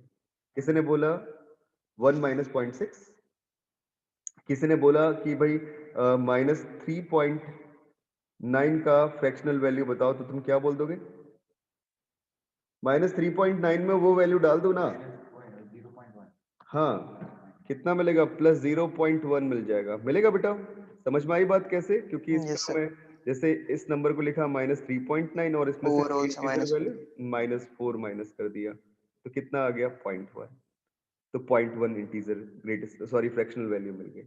तो अगर अपन इसका ग्राफ बनाते हैं, ग्राफ में बनाने के लिए यहाँ पे जगह छोड़ रहा हूँ क्योंकि ग्राफ बहुत इंटरेस्टिंग वे में बनेगा इसका। तो ये स्पेस में छोड़ता हूँ, पहले एक काम करते हैं कि x में से ग्रेटेस्ट इंटीजर सब्ट्रैक्ट करना सिखाता हूँ कि एक ग्राफ में से दूसरे ग्राफ को सब्ट्रैक्ट कैसे करते हैं, ठीक है। तो ये तो इंटीजर छोड़ दिए पहले मैंने। क्यों छोड़े इंटीजर, क्योंकि तुम्हें पता है जो इससे पहले वाला ग्राफ था, फिर से देखो ये डिसकंटीन्यूअस हो रहा था इंटीजर्स पे। डिसकंटीन्यूअस बोलने का वर्ड मतलब क्या बेटा, कॉन्टिन्यूटी या डिफरेंशियबिलिटी बहुत आसान टर्म्स है। अगर हम नॉर्मल लाइफ में देखें तो नॉर्मल लाइफ में तो इस ग्राफ को देख के बता सकते हो कि डिसकंटीन्यूअस है कॉन्टिन्यूअस है ना। कैसा है ये, डिसकंटीन्यूअस है, और कहां पे डिसकंटीन्यूअस है, इंटीजर्स पे। कॉन्टिन्यूटी ब्रेक हो रही है इंटीजर्स पे, राइट बेटा। समझ में आ रही बात, हाँ या ना बताना। Yes, sir. ठीक है, अब अपन सर समझ में नहीं आया। देखो बेटा, ये ग्राफ जो ग्रीन वाला बना है ना अपने पास, ये कंटिन्यू चल रहा है, सिर्फ कहां कहां पे ब्रेक हो रहा है, इंटीजर वैल्यू पे हो रहा है ना, जैसे 1 पे 2 पे 3 पे एंड सुन। तो डिसकंटिन्यू ग्राफ कहां पे हुआ, इंटीजर्स पे। टीचर तो this graph is discontinuous on integer. अगर मैं इससे प्रीवियस ग्राफ पे चलता हूं, देखो ये पीछे वाले बट ग्राफ आ गए। इसकी जो रेंज थी वो तो खाली इंटीजर ही थी। बिल्कुल थी, रेंज से बेटा हमारा कंसर्न थोड़ी होता है। डिसकंटिन्यूटी चेक किसके ऊपर कर रहे हैं हम लोग, डोमेन के पॉइंट्स के ऊपर कर रहे हैं, एक्स एक्सिस के पॉइंट के ऊपर कर रहे हैं ना। Okay okay. हाँ, तो अब पिछले वाले पिक्चर को देखो, क्या ये कहीं डिसकंटिन्यूअस है? नहीं, लगातार चल रहा है ना। तो ये वाला ग्राफ कैसा है? कॉन्टिन्यूअस है, विदाउट एनी ब्रेक चल रहा है। पिछले वाला पिक्चर देखो, अभी सारी चीजें दिमाग में बनाते चलो, ये भी कैसा है? कॉन्टिन्यूअस है। ठीक है, इससे पहले वाला देखो, मॉडुलस फंक्शन, ये भी कैसा है? कॉन्टिन्यूअस है। तो अब तुम्हें मैंने कॉन्टिन्यूअस लेमैन लैंग्वेज में बता दिया, वैसे लेफ्ट लिमिट, राइट लिमिट, ये सब चीजें पढ़ोगे तुम लोग, तब जाके कॉन्टिन्यूटी बताओगे सही से। बट ग्राफ के थ्रू आप ऐसे ही देख के बता सकते हो। फिर देखो जरा इससे पिछले वाले को, कांस्टेंट भी कैसा है? कॉन्टिन्यूअस है। ठीक है, आइडेंटिटी भी कैसा है? कॉन्टिन्यूअस है, विदाउट एनी ब्रेक चल रहा है। बढ़ते चले जाओ आगे। अब तो ग्रेटेस्ट इंटीजर फंक्शन कैसा हो गया? लिख देते हैं यहाँ पे, अच्छा पॉइंट मिल गया, डिसकंटिन्यूअस एट इंटीजर्स। ठीक है बेटा, discontinuous eight integer.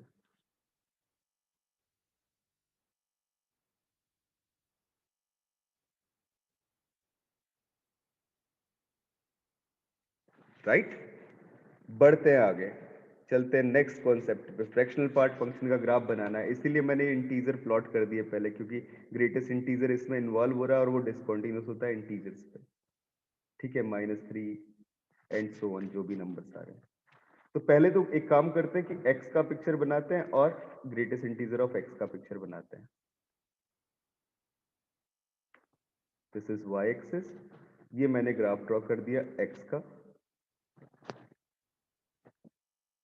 Identity function का, y is equal to x, और अब x के ग्रेटेस्ट इंटीजर का, वो पिक्चर भी तुमने थोड़ी देर पहले पढ़ा, ग्रीन कलर में बना दे रहा हूं मैं ऐसे। यहाँ पे 1.1 पे शिफ्ट हुआ 1 पे, फिर यहाँ पे 2.2 पे शिफ्ट हो गया, कहाँ पे? 2 पे। ठीक है, ये 2, ये 1, फिर 2 से लेके 3 तक जब चले ना आप, तो फिर क्या मिल गया? 3 पे शिफ्ट हो गया 3 पे, और ऐसे ग्राफ कंटिन्यू होता चला गया। This is 4। सिमिलरली -1 की बात करें, -1 से लेके 0 तक देखूंगा तो क्या होगा? ये पिक्चर मुझे मिलेगा। फिर -2 से लेके -1 देखूंगा तो ये पिक्चर मुझे मिलेगा। ठीक है, और -3 से लेके -2 देखूंगा तो मुझे ये पिक्चर मिलेगा। तो मुझे आई बात अभी समझ भी में? ये ओपन और क्लोज्ड वाला इतना क्लियर नहीं हुआ। कौन सा ओपन और क्लोज बेटा? जो ये सर जो बबल्स दिए हुए हैं, यस सर यस। ये बबल्स बेटा इसलिए दिए हुए हैं ना कि, अब मुझे एक बार बताओ, -1 जो नंबर लिखा हुआ है, ठीक है, यस उसकी ग्रेटेस्ट इंटीजर वैल्यू कितनी आएगी? -1 की -1 ही तो आएगी ना। Yes sir. तो बेटा यहाँ पे तो लाई करेगा -1, जहाँ पे मैं डॉट कर रहा हूँ, डार्क डॉट कर रहा हूँ, है ना। तो वो अगर मैं इस कर्व को ड्रॉ कर रहा हूँ, जो नीचे वाला पिक्चर है, जिसको मैं इरेज करके लिख रहा हूँ दोबारा, देखो अब मैंने इसको ऐसे ड्रॉ किया, तो क्या मैं यहाँ पे मतलब डार्क बबल बना सकता हूँ? No sir. क्यों नहीं बना सकता? क्योंकि मुझे ये -1 वैल्यू -1 मिल रही है, ना कि -2 मिल रही है। ये जो लाइन है वो लाइन किसे रिप्रेजेंट कर रही है? y = -2 की लाइन को रिप्रेजेंट कर रही है। -2 को नेगलेक्ट कर देने ना। हाँ जी बेटा, और ये लाइन किसे रिप्रेजेंट कर रही है? -3 की लाइन को रिप्रेजेंट कर रही है। राइट, ऐसे पिक्चर्स मुझे मिल रही है। ठीक है, अब मुझे क्या करना है? सबट्रैक्शन चलना है बेटा। कैसे करें? इनको ना छोटे छोटे पार्ट्स में डिवाइड करते हैं, ऐसे गौर से देखो, इस तरीके से। ये मैंने छोटे छोटे पीसेस बना दिए। ठीक है, एंड सो ऑन।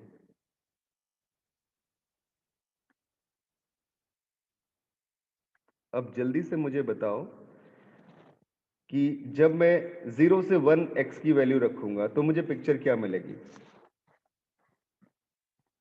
हाँ जी बच्चों बोलो, जब मैं x की वैल्यू 0 से 1 रखूंगा तो मुझे पिक्चर क्या मिलेगी? 0 से 1 मतलब यही वाला ग्राफ मिल जाएगा जो था। तो मतलब इस केस में तो यही पिक्चर मिल जाएगी, क्योंकि सबट्रैक्ट ही 0 हो रहा है। ग्रेटेस्ट इंटीजर मतलब ग्रीन कर्व को सबट्रैक्ट करना है ब्लू कर्व से, स्काई ब्लू कर्व से।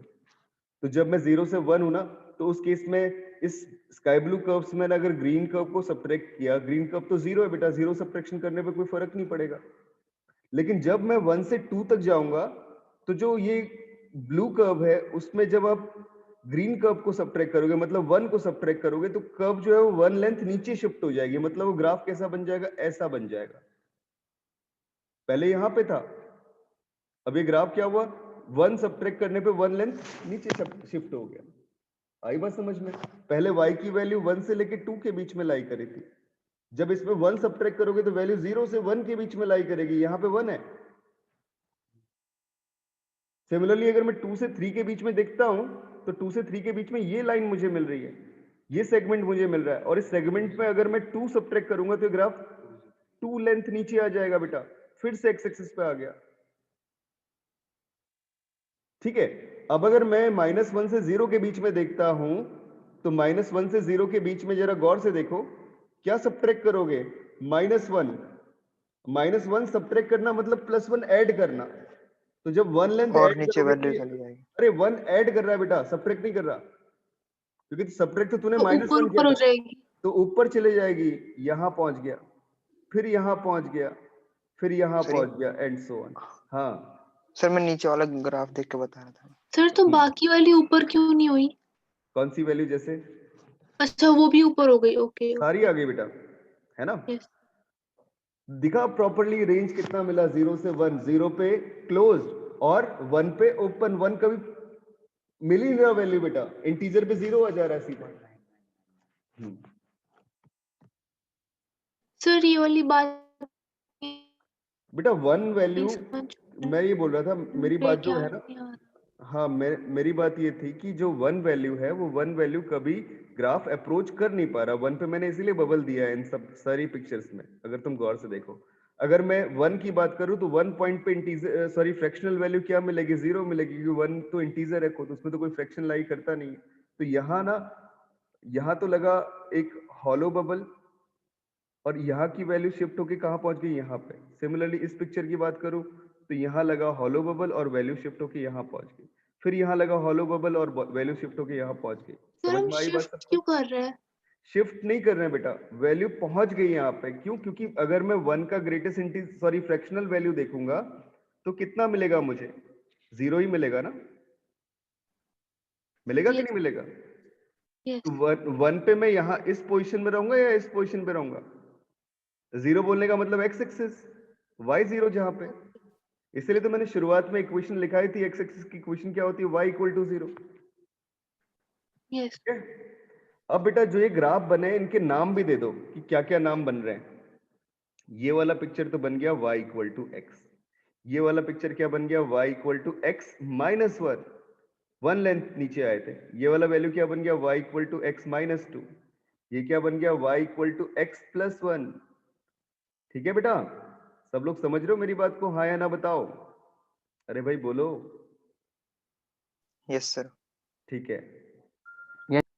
Very good. ये क्या बन गया, y equal to x plus 2। उसके इंटीजर की माइनस कर रहा है। यस हाँ, और ये क्या बन गया, y equal to x plus 3, क्योंकि -3 माइनस हुआ था, राइट? इसलिए भी हम इसका रेंज जो बोल रहे हैं वो 0 से 1, और जो इसका डोमेन बोल रहे हैं वो सेट ऑफ रियल नंबर। कितना आसान सा काम है, बस ऐसे ग्राफ प्लॉट करने सीखने होंगे अपने को। अभी मैं ट्रांसफॉर्मेशन बताऊंगा आपको, लेकिन पहले तो हम फंडामेंटल सीख रहे हैं कि कौन कौन से इंपॉर्टेंट ग्राफ है जो याद होने चाहिए। ठीक है, अब अपन आगे बढ़ते हैं, चलते हैं ग्राफ नंबर 8 जो कि है ट्रिग्नोमेट्रिकल फंक्शन। तो सबसे पहले तो ब्रीफ देते हैं ट्रिग्नोमेट्रिकल फंक्शन का।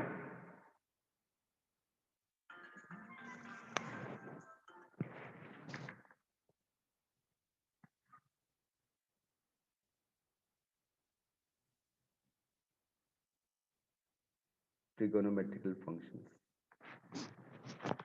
देखो बेटा, मैं एक सर्कल के थ्रू तुम्हें चीजें बताता हूं। मैंने एक सर्कल ड्रॉ किया जिसका रेडियस है कितना, 1। इस सर्कल का रेडियस मैंने कितना मान लिया, 1। ठीक है, ये सर्कल ड्रॉ कर दिया, और बहुत अच्छे से समझना मेरी बातों को, राइट? सेंटर कहां पे है, ओरिजिन पे, रेडियस कितना मैंने बोला, 1 रेडियस है। ठीक है, अब अगर मैं सर्कल पे यहां पे कोई पॉइंट पिक करता हूं, यहां पे ये पॉइंट है x, y, क्योंकि प्लेन में लाई कर रहा है पॉइंट। तो बेटा अब इस पॉइंट को ड्रॉ करते हुए अगर जो एंगल ट्रेवल हुआ वो एंगल सपोज थीटा ट्रेवल हुआ। मेरी बात समझ रहे हो सब लोग? ये जो एंगल मैंने ट्रेवल किया वो कितना एंगल ट्रेवल किया? This angle is theta. तो जो ये एक्स एक्सिस बनेगी और जो वाई एक्सिस बनेगी, मतलब एक्स एक्सिस पे जो लेंथ चलेगा और वाई एक्सिस पे जो लेंथ चलेगा वो क्या क्या मिलेगी जरा गौर से बताना। ये वाली लेंथ और मैं चाह रहा हूँ ये वाली लेंथ। तो ये लेंथ क्या बनेगी? y इक्वल टू ट्राइंगल की प्रॉपर्टी अप्लाई करो यार, sine theta. Sine theta equal to क्या होता है? Perpendicular upon hypotenuse. Hypotenuse radius है वो कितना है? 1 है। और बेस क्या बनेगा? x equal to cos theta बनेगा ना। ये लेंथ x ही तो है यहाँ पे। Yes, sir. यहाँ पे जो पॉइंट है वो x, 0 है। तभी तो जाके क्या मिला? x, y पॉइंट प्लेन में मिला यहाँ पे इस लोकेशन पे। तो x जो मिला वो कितना मिला? cos theta. y जो मिला वो कितना मिला? sin theta. अब गौर से देखो, इन सारे पॉइंट्स को प्लेस करता चल रहा हूँ। मतलब ये जो x कोऑर्डिनेट है वो किसकी वैल्यू बता रहा है? x कोऑर्डिनेट किसकी वैल्यू बता रहा है? जल्दी जरा जल्दी से बोलना। वो बता रहा है cos थीटा की वैल्यू। और y कोऑर्डिनेट किसकी वैल्यू बता रहा है? sin Sin थीटा की वैल्यू। Very good. तो ये आ गया cos theta comma sin theta. अब बेटा थीटा एंगल चल रहे हो, यहाँ पे थीटा कितना होगा? 0। ठीक है, ये फर्स्ट पोजीशन लोकेशन रिप्रेजेंट कर दे रहा हूं, ये सेकंड लोकेशन, ये थर्ड लोकेशन और ये फोर्थ लोकेशन बढ़ती चलेगी। फर्स्ट लोकेशन में कौन कौन से एंगल मिलेंगे? 0 मिलेगा, 2 पाई मिलेगा, 4 पाई मिलेगा, 360, फिर आ गया 720 एंड सो ऑन, 6 पाई, 8 पाई, ये सारे के सारे एंगल यहाँ पे आते रहेंगे बेटा। ठीक है, हाँ। और 2 सेकेंड लोकेशन पे क्या क्या मिलेगा? π/2 मिलेगा। और π/2 जो मिल रहा है ना, दोबारा फिर 2 पाई एंगल घूमने के बाद मिल रहा है। तो 2 पाई प्लस π/2 क्या हो गया? 4n + 1 π/2, right. फिर क्या मिल गया? मतलब लिख दिया मैंने डायरेक्टली, सारे इसी के अंदर आ गए। वैसे अगर तुम अलग अलग लिखना चाहो तो ऐसे लिख लो 5 π/2, फिर आ गया 9 π/2 और फिर क्या आ गया 13 π/2 एंड सो ऑन। मतलब ऐसे नंबर्स मिल रहे हैं मल्टीपल में π/2 के, जिनको 4 से डिवाइड करने पे रिमाइंडर कितना आता है? 1 आता है। ठीक है, थर्ड लोकेशन जो अपने पास आ रही है उसमें क्या आ रहा है? Odd multiple of pi, 3 pi, 5 pi, 7 pi and so on, right. और जो मेरे पास फोर्थ लोकेशन है वो क्या आ रही है? दिस इज कितना बेटा बोलो? 3 π/2 है ना। फिर क्या आ जाएगा? 7 π/2 और फिर क्या आ जाएगा? 11 π/2। 11. Very good. और एंड सो ऑन कंटिन्यू होता चला गया। मैं तो बहुत सारी लिख दी, बस तुम्हें बताना चाह रहा था। अब मैं पिक्चर ड्रॉ करता हूं। पहला फंक्शन है मेरे पास क्या? y इक्वल टू या fx equal to sin x। ठीक है, और तुम्हें सबको ये पता चल चुका होगा कि घूम किसकी बाउंड्री पे रहे? 1 रेडियस की सर्कल की बाउंड्री पे घूम रहे हैं। तो इनकी मैक्सिमम वैल्यू यहाँ पे अगर मैं देख रहा हूँ इस वाले पॉइंट पे, तो कितनी मिल रही है? +1, है ना बेटा। और फिर अगर Yes, मैं sir. यहाँ पहुंच जाऊंगा नेगेटिव पे तो क्या मिल जाएगी? -1. -1। तो बेटा ये मैंने ट्रिगो में भी तुम्हें बताया था कि sin x की जो वैल्यूज होती है वो कहां से कहां तक लाई करती है? -1 से +1। ठीक है, और हर एक रियल नंबर के लिए या हर एक एंगल के लिए मुझे कुछ ना कुछ साइन की वैल्यू जरूर मिलेगी। तो इसका डोमेन कितना होता है? सेट ऑफ रियल नंबर होता है। और रेंज क्या होती है बेटा? -1 से 1 close interval. Sir second quadrant में सर 1 होगी ना वैल्यू? हाँ ऑब्वियसली। किसकी वैल्यू 1 देखना चाहोगे सेकंड क्वाड्रेंट में? सेकंड क्वाड्रेंट में बेटा डिपेंड करता है ना कि कॉस पिक कर रहे हो या साइन पिक कर रहे हो। कॉस की then sir value negative positive आएगी वैल्यू। हाँ, कॉस की वैल्यू नेगेटिव हो जाएगी और साइन की वैल्यू पॉजिटिव हो जाएगी। ऐसे ही आ रही है बेटा इसी ग्राफ के थ्रू। मतलब ये चीज तो हम लोग क्लास 10th में पढ़ते थे आई थिंक, सर्कल वाला जो प्रोजेक्शन देख रहे हैं अब। नहीं पढ़ा था? एनसीईआरटी की बुक में मिल जाएगा तुम्हें। एनसीईआरटी पढ़ता ही कौन है, सब तो आर.एस. अग्रवाल और आर.डी. शर्मा उठा लेते हैं। ओके, देखो बच्चों अब कैसे ग्राफ ड्रॉ करते हैं। y is equal to sine x. मैंने सबसे पहले जो जो एंगल्स थे ना वो सारे एंगल प्लेस कर दिए रियल लाइन पे।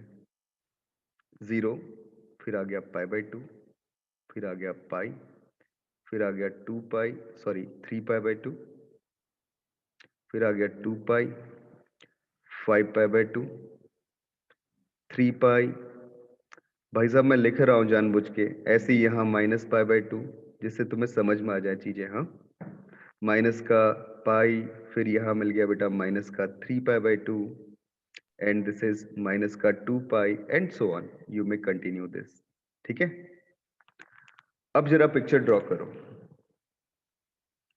0 पे वैल्यू कितनी भाई? 0 पे वैल्यू कितनी साइन की?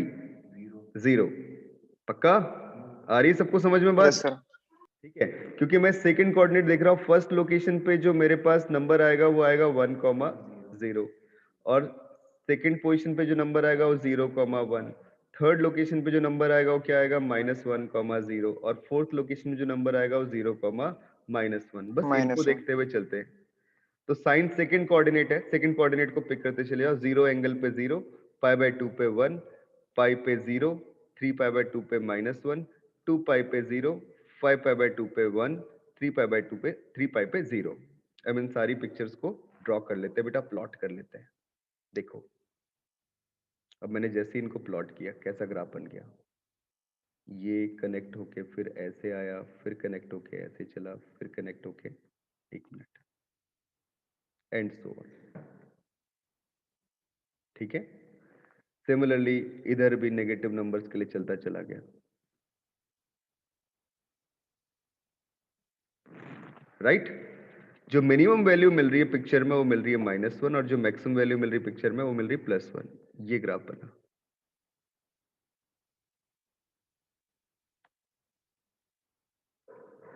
ठीक है, दिस इज द ग्राफ। ठीक है, पीरियड बताया था मैंने तुम्हें, पीरियड क्या होता है? पीरियड का मतलब रिपीटेशन, लास्ट क्लास में पढ़ाया था। तो इस फंक्शन का पीरियड कितना होगा? जो ग्राफ रिपीट कर रहा है, गौर से देखो, -2 पाई से लेके 0 तक के बीच में जो पिक्चर मिली, वही सेम पिक्चर 0 से लेके 2 पाई के बीच में मिल गई। तो 2 पाई टाइम पीरियड पे इसका ग्राफ रिपीट कर रहा है अपनी वैल्यूज को, तो इसका पीरियड कितना हो गया? 2 pi. Period of sine x is equal to 2 pi. Right, और ग्राफ कैसा है? कॉन्टिन्यूअस है, कहीं ब्रेक भी नहीं हो रहा। आई बात समझ में सबको? तो ये पहला फंक्शन था हमारा साइन एक्स। वेरी गुड बेटा। अब अपन आगे बढ़ते हैं, चलते हैं साइन एक्स के ग्रेटेस्ट इंटीजर फंक्शन पे। भाई तुम्हें तो समझ में आ ही गया सब कुछ, अब तो बता ही दोगे मुझे। ठीक है, तो क्वेश्चन है, प्लॉट द ग्राफ ऑफ, या यूं बोल दो, find the points of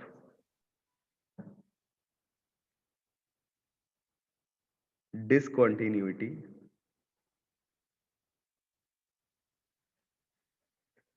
of y is equal to greatest integer function of sin x।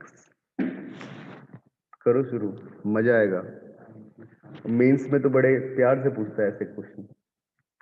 Find the points of discontinuity of this function, मतलब मैंने आज तुम्हें पहली क्लास पढ़ाई नहीं, इसी में मेंस का क्वेश्चन आने लग गया। देखो ग्राफ के थ्रू।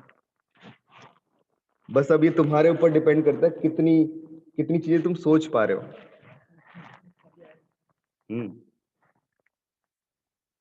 फ्रैक्शनल पार्ट तो बेटा और ज्यादा फेमस है, वो तो दूंगा मैं अभी तुम्हें।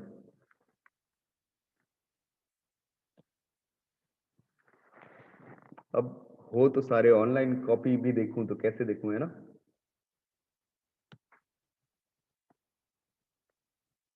कुछ अप्रोच बन रही है वैसे कि कैसे बनाया जाए ग्राफ।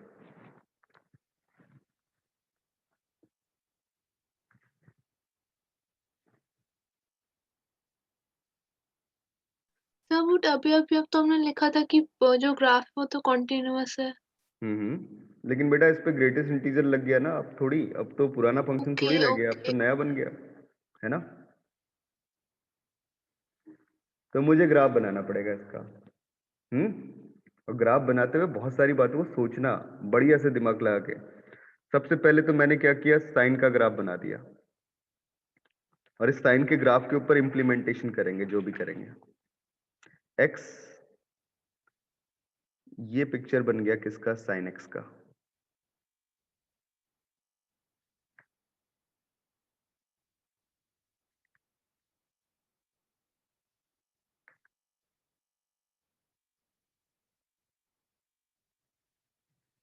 ठीक है बेटा, ऐसा ही ग्राफ था।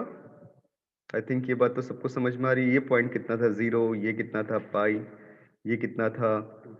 2 पाई, ये कितना था? 3 पाई, एंड सो ऑन 4 पाई, यहाँ पे आ गया माइनस पाई।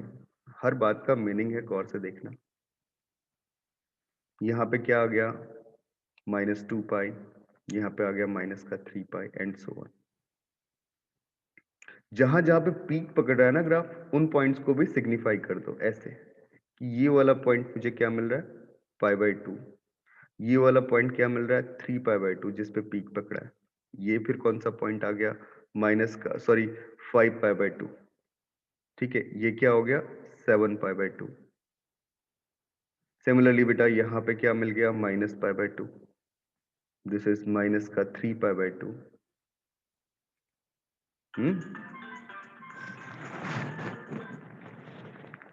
और ये क्या मिल गया? माइनस का 5π/2, एंड सो ऑन। इन पॉइंट पे वैल्यू भी देख लो बेटा। ये तो पता चल ही रही है कि ऊपर 1 और नीचे -1 पे पीक पकड़ा है। अब अगर मैं प्लॉट ऐसे करूं तो तुम्हें शायद गुस्सा नहीं आना चाहिए। डांटोगे नहीं तुम मुझे? क्यों नहीं डांटोगे? 0 से लेके π/2 के बीच में हमारे ग्राफ की वैल्यूज कहां से कहां तक लाई कर रही हैं? 0 से 1। उनका ग्रेटेस्ट इंटीजर वैल्यू कितना होगा?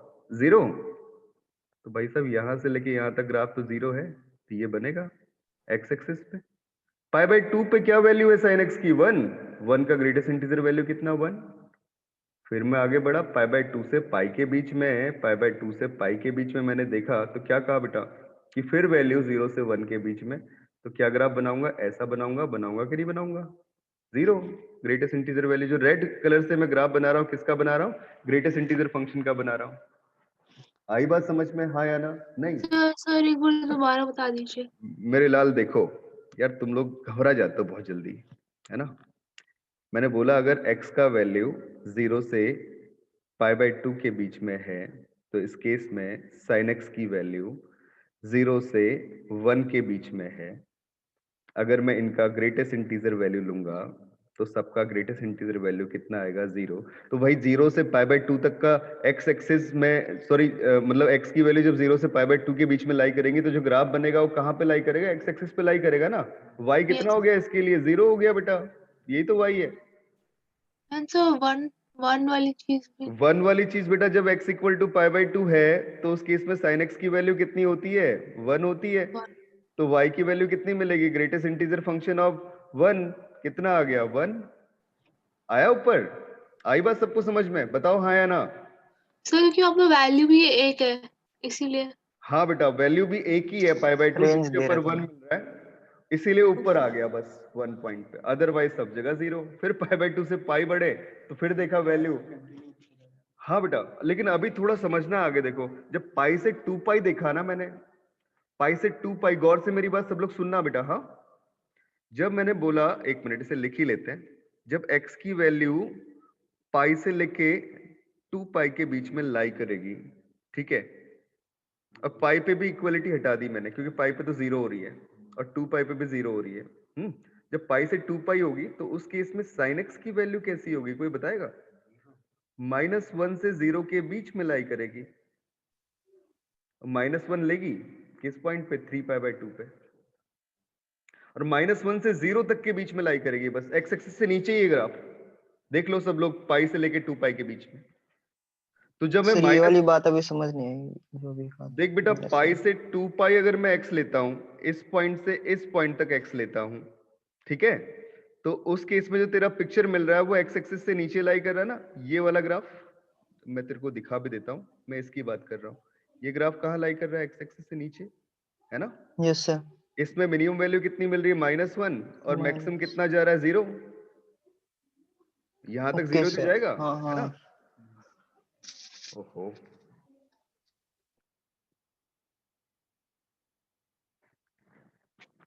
ठीक है, आई बात शायद सबको समझ में? ये कहानी हुई। अब -1 से 0 है बेटा, तो इसकी ग्रेटेस्ट इंटीजर वैल्यू कितनी होगी, जल्दी बताओ। अरे बोलो। -1। -1, तो y का वैल्यू कितना आएगा? Greatest integer of sin x, -1 से 0 के लिए -1, तो बस y इक्वल टू -1 की लाइन ड्रॉ कर दो। y इक्वल टू -1 की लाइन यहाँ पे लाई करेगी। आई बात सबको समझ में? आया डाउनवर्ड्स ना? में। आया ना यस बेटा? आई बात समझ में? ओके बेटा, क्षितिज समझ में आ रही है बात जो कर रहे हैं yes calculation? Sir. Very good. हाँ हाँ। फिर बेटा 2 पाई से 5 पाई बाय 2, अब तो सेम कहानी यार, 0। अब 5 पाई बाय फिर 2 1 पे से 0 1, वापस हो गए। और फिर 5 पाई बाय 2 से 3 पाई 0, और फिर यहाँ पे बबल बना, और फिर यहाँ से यहाँ तक -1 एंड सो ऑन। ये ग्राफ बन गया। आया सबको समझ में? अब तुमसे कोई बोलता है find the points of discontinuity, जल्दी बता दो यार। हाँ, यहाँ पे आ रही है वैल्यू एंड सो ऑन, ये ग्राफ बन रहा है। 2π/2। 2 पाई बाय 2, वो तो पाई हो गया। सही से लिख के, सही से सोच के बेटा। एक तो मिल रहा है x equal to 4n + 1 pi by 2, मतलब पाई बाई 2 के ऐसे मल्टीपल जिनको 4 से डिवाइड करने पे रिमाइंडर कितना आता है? 1 आता है। एक तो वो पॉइंट है जिन पे डिस्कंटिन्यूटी हो रही है, जैसे पाई बाई 2, फिर आ रहा है 5 पाई बाई 2, ठीक है।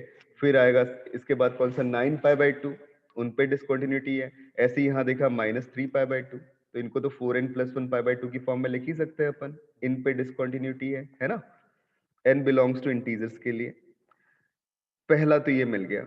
दूसरा क्या मिल गया? x इज इक्वल टू, गौर से सुनना, इंटीजर मल्टीपल ऑफ पाई पे हर जगह डिसकंटिन्यूअस है, 0 पे भी, पाई पे भी, 2 पाई पे भी, 3 पाई पे भी, 4 पाई पे भी एंड सो ऑन। तो ये हो गया n pi, where this n is belongs to set of integers. So ये दोनों सेट जो हो गए, ये क्या हो गए? This is set of points of discontinuity, या बोल सकते हो they are points of discontinuity.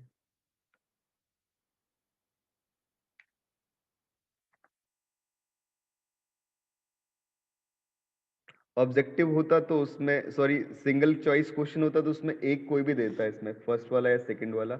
लेकिन अगर मल्टीपल करेक्ट क्वेश्चन हो, जैसे एडवांस में आता है, तो उसमें 2 ऑप्शंस में इन दोनों को रख सकता है ना।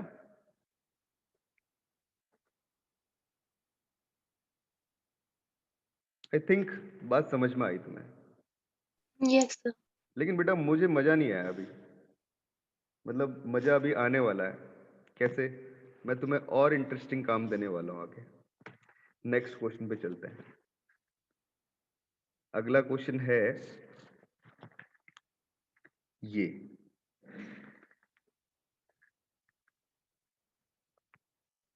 Plot the graph of y is equal to fractional part of sin x। अब मजा आने वाला है।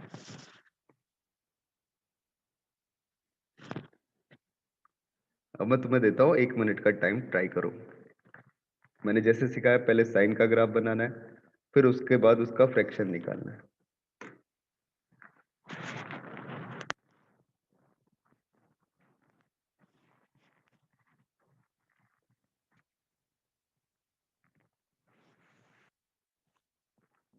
फ्रैक्शन दे दिया इनको।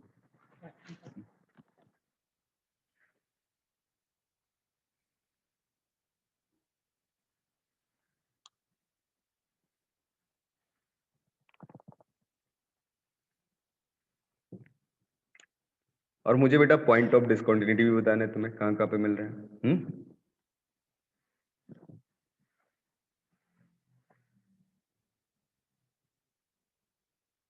और ये बहुत मजेदार काम होने वाला है वैसे।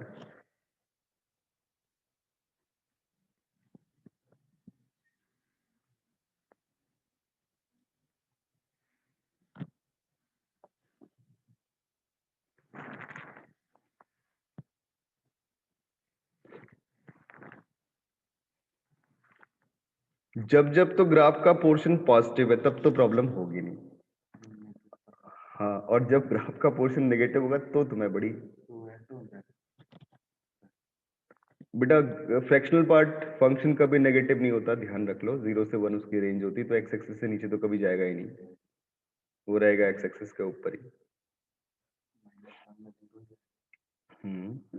तो ये भी ऊपर जाएगा। सोचो कैसा बनेगा, तो मुझे लगता है बता सकते हो।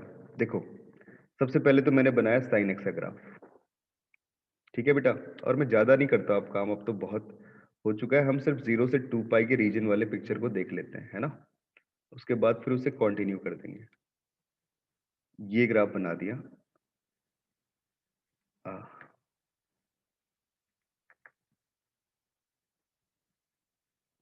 हाँ जी बच्चों समझना, यहाँ पे पाई, यहाँ पे 2 पाई, ये 0 और ये पाई बाई 2 और ये 3 पाई बाई 2, ठीक है। अब सब लोग बहुत प्यार से समझना, ऐसे मतलब कहीं गलती ना हो। यहाँ पे क्या है ना कि जो मेरे को मैक्सिमम वैल्यू मिल रही है ये वाली, ये 1 मिल रही है, और ये मिनिमम वैल्यू मुझे मिल रही है -1, ठीक है बेटा। अब समझो कि अगर मैं 0 से पाई बाई 2 के बीच में देखता हूं तो ऑलरेडी फ्रैक्शन है, तो ग्राफ सेम ही मिलेगा। पाई बाई 2 पे देखता हूं, है ना बेटा, अब पाई बाई 2 पे अगर मैं देखता हूं तो क्या होगा? 0, बिल्कुल सही। अब जरा ना इन सारी वैल्यूज को लिख के देखना जरा। अगर मैं बोलता हूँ x की वैल्यू 0 से पाई बाई 2 है, गौर से सुनना, x की वैल्यू 0 से पाई बाई 2 है, ठीक है, 0 को इंक्लूड करते हुए, तो उस केस में fractional part of sine x जो बनेगा वो कितना बनेगा? This is same, this is equal to sine x, ठीक है। लेकिन अगर मैं बोलता हूं x equal to pi by 2 ले लिया जाए, तो उस केस में fractional part of sine x जो होगा उसका वैल्यू कितना हो जाएगा? वो हो जाएगा 0, क्योंकि पाई बाई 2 पे तो fractional part of sine x मतलब ये 1 बन जाएगा, और 1 का फ्रैक्शनल वैल्यू कितना होगा? 0 होगा। एक पॉइंट ये हुआ, दूसरा पॉइंट ये हुआ, तीसरे पॉइंट पे चलते हैं जब आपके x की वैल्यू पाई बाई 2 से पाई लाई कर रही है, ठीक है, पाई को भी इंक्लूड कर दिया क्योंकि पाई पे 0 होती है साइन की वैल्यू, है ना। तो fractional part of sine x की वैल्यू फिर से सेम हो जाएगी साइन x, बिकॉज वो ऑलरेडी फ्रैक्शन है, 0 से 1 के बीच में लाई कर रहा है। चौथा पॉइंट क्या आया, बड़ा इंटरेस्टिंग सा पॉइंट, फोर्थ वाला, कि जैसे अपन चले पाई से लेके x की वैल्यू 3 पाई बाई 2, ये 2 पाई लिख लो डायरेक्टली क्योंकि वहां तो हर जगह नेगेटिव है, ठीक है बेटा, 2 पाई तक। जब मैं पाई से लेके 2 पाई चलता हूं तो हमारा जो साइन एक्स है वो कहां से कहां तक लाई कर रहा है? 2 पाई पे भी ओपन कर रहा हूं बेटा, हाँ, -1 से लेके 0, -1 और -1 पे क्लोज होगा क्योंकि -1 तो पिक हो रहा है 3 बाई 2 पॉइंट के ऊपर, है ना। Yes sir. अब मैं अगर बोलूं यहाँ पे साइन एक्स का फ्रैक्शन क्या होगा, तो तुम क्या बोलोगे? तुम बोलोगे कुछ नहीं सर, ये काम कर लो ना आप, sine x minus fraction of greatest integer of sine x, यही तो करोगे। वैल्यू डेफिनेशन तो यही है ना कि फ्रैक्शन के अंदर जो भी नंबर लिखा होगा उसमें से उसके ग्रेटेस्ट इंटीजर वैल्यू को सबट्रैक्ट कर दो। Fraction of anything this is equal to anything minus greatest integer of anything, जो भी रख रहे हो अंदर। अब sin x का ग्रेटेस्ट इंटीजर वैल्यू क्या होगा जब x की वैल्यू पाई से 2 पाई लाई कर रही है, तो साइन तो तुम्हें पता है -1 से 0 लाई कर रहा है, तो क्या हो जाएगा? -1। तो बेटा क्या कर -1 दिया? Very good, -1। तो ये हुआ sin x प्लस 1 हो गया, क्योंकि इसकी वैल्यू तो अपने पास कितनी आ गई? -1 आ गई, -1 है ना। कितना मजेदार काम हुआ, है ना। अब पिक्चर ड्रॉ करूं मैं, देखो इसी वाली पिक्चर को फिर रिपीट कर देंगे आगे, y।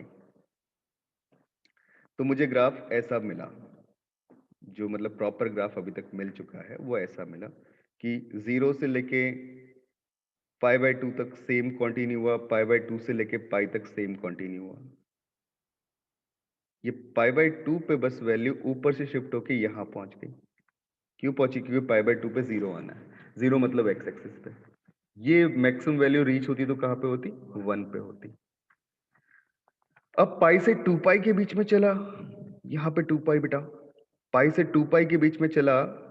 गौर से देखो, मैं यहाँ डार्क कर दे रहा हूँ कि मतलब ठीक है कि तुम कहीं और मत समझना वैल्यू। पाई पे मैंने दिया बबल, क्योंकि पाई पे तो 0 है ग्रेटेस्ट इंटीजर वैल्यू, और 2 पाई पे फिर दिया बबल क्योंकि यहाँ पे भी 0 है। और इसके बीच में मैंने ग्राफ ऐसा बना दिया। कुछ समझ में आया क्यों बनाया? कोई बताएगा मुझे क्यों बनाया? 3π/2 पे तो 0 ही होना है, क्योंकि -1 है। 3π/2 में -1 का ग्रेटेस्ट इंटीजर वैल्यू कितना होगा, सॉरी फ्रैक्शनल पार्ट कितना होगा, 0 होगा। मैंने इसलिए ग्राफ बनाया क्योंकि जो ये ओरिजिनल ग्राफ था मेरे पास, इस पे 1 ऐड करना है तो 1 लेंथ ऊपर शिफ्ट होगा। जब 1 लेंथ ऊपर शिफ्ट होगा तो ग्राफ ऐसा ही तो बनेगा। इसको भाई साहब 1 ऊपर शिफ्ट करो। क्यों शिफ्ट कर रहे हैं? क्योंकि इसमें 1 ऐड कर रहे हो। अभी तक नंबर -1 से 0 था, जब उस पे 1 ऐड करोगे तो 0 से 1 हो जाएगा। हाँ जी बच्चों, समझ में आई बात कि नहीं आई? Yes sir. Very good. So ये पिक्चर मुझे मिल गया। अब सेम पिक्चर ना आगे कंटिन्यू करते चले जाओ, ठीक है। 2π से लेके 3π ऐसे चलेगा, लेकिन बीच में जो एक पॉइंट है ना वो परेशान करेगा। कौन सा वाला? 5π/2, उस पे 1 आएगी। और ये ग्राफ ऐसे गया, फिर यहाँ पे वैल्यू 1 आ गई, और फिर यहाँ से फिर ऐसे, और इन पॉइंट पे डार्क बबल। सिमिलरली बेटा यही पिक्चर हम आगे कंटिन्यू करते चले जाते हैं। This is the graph.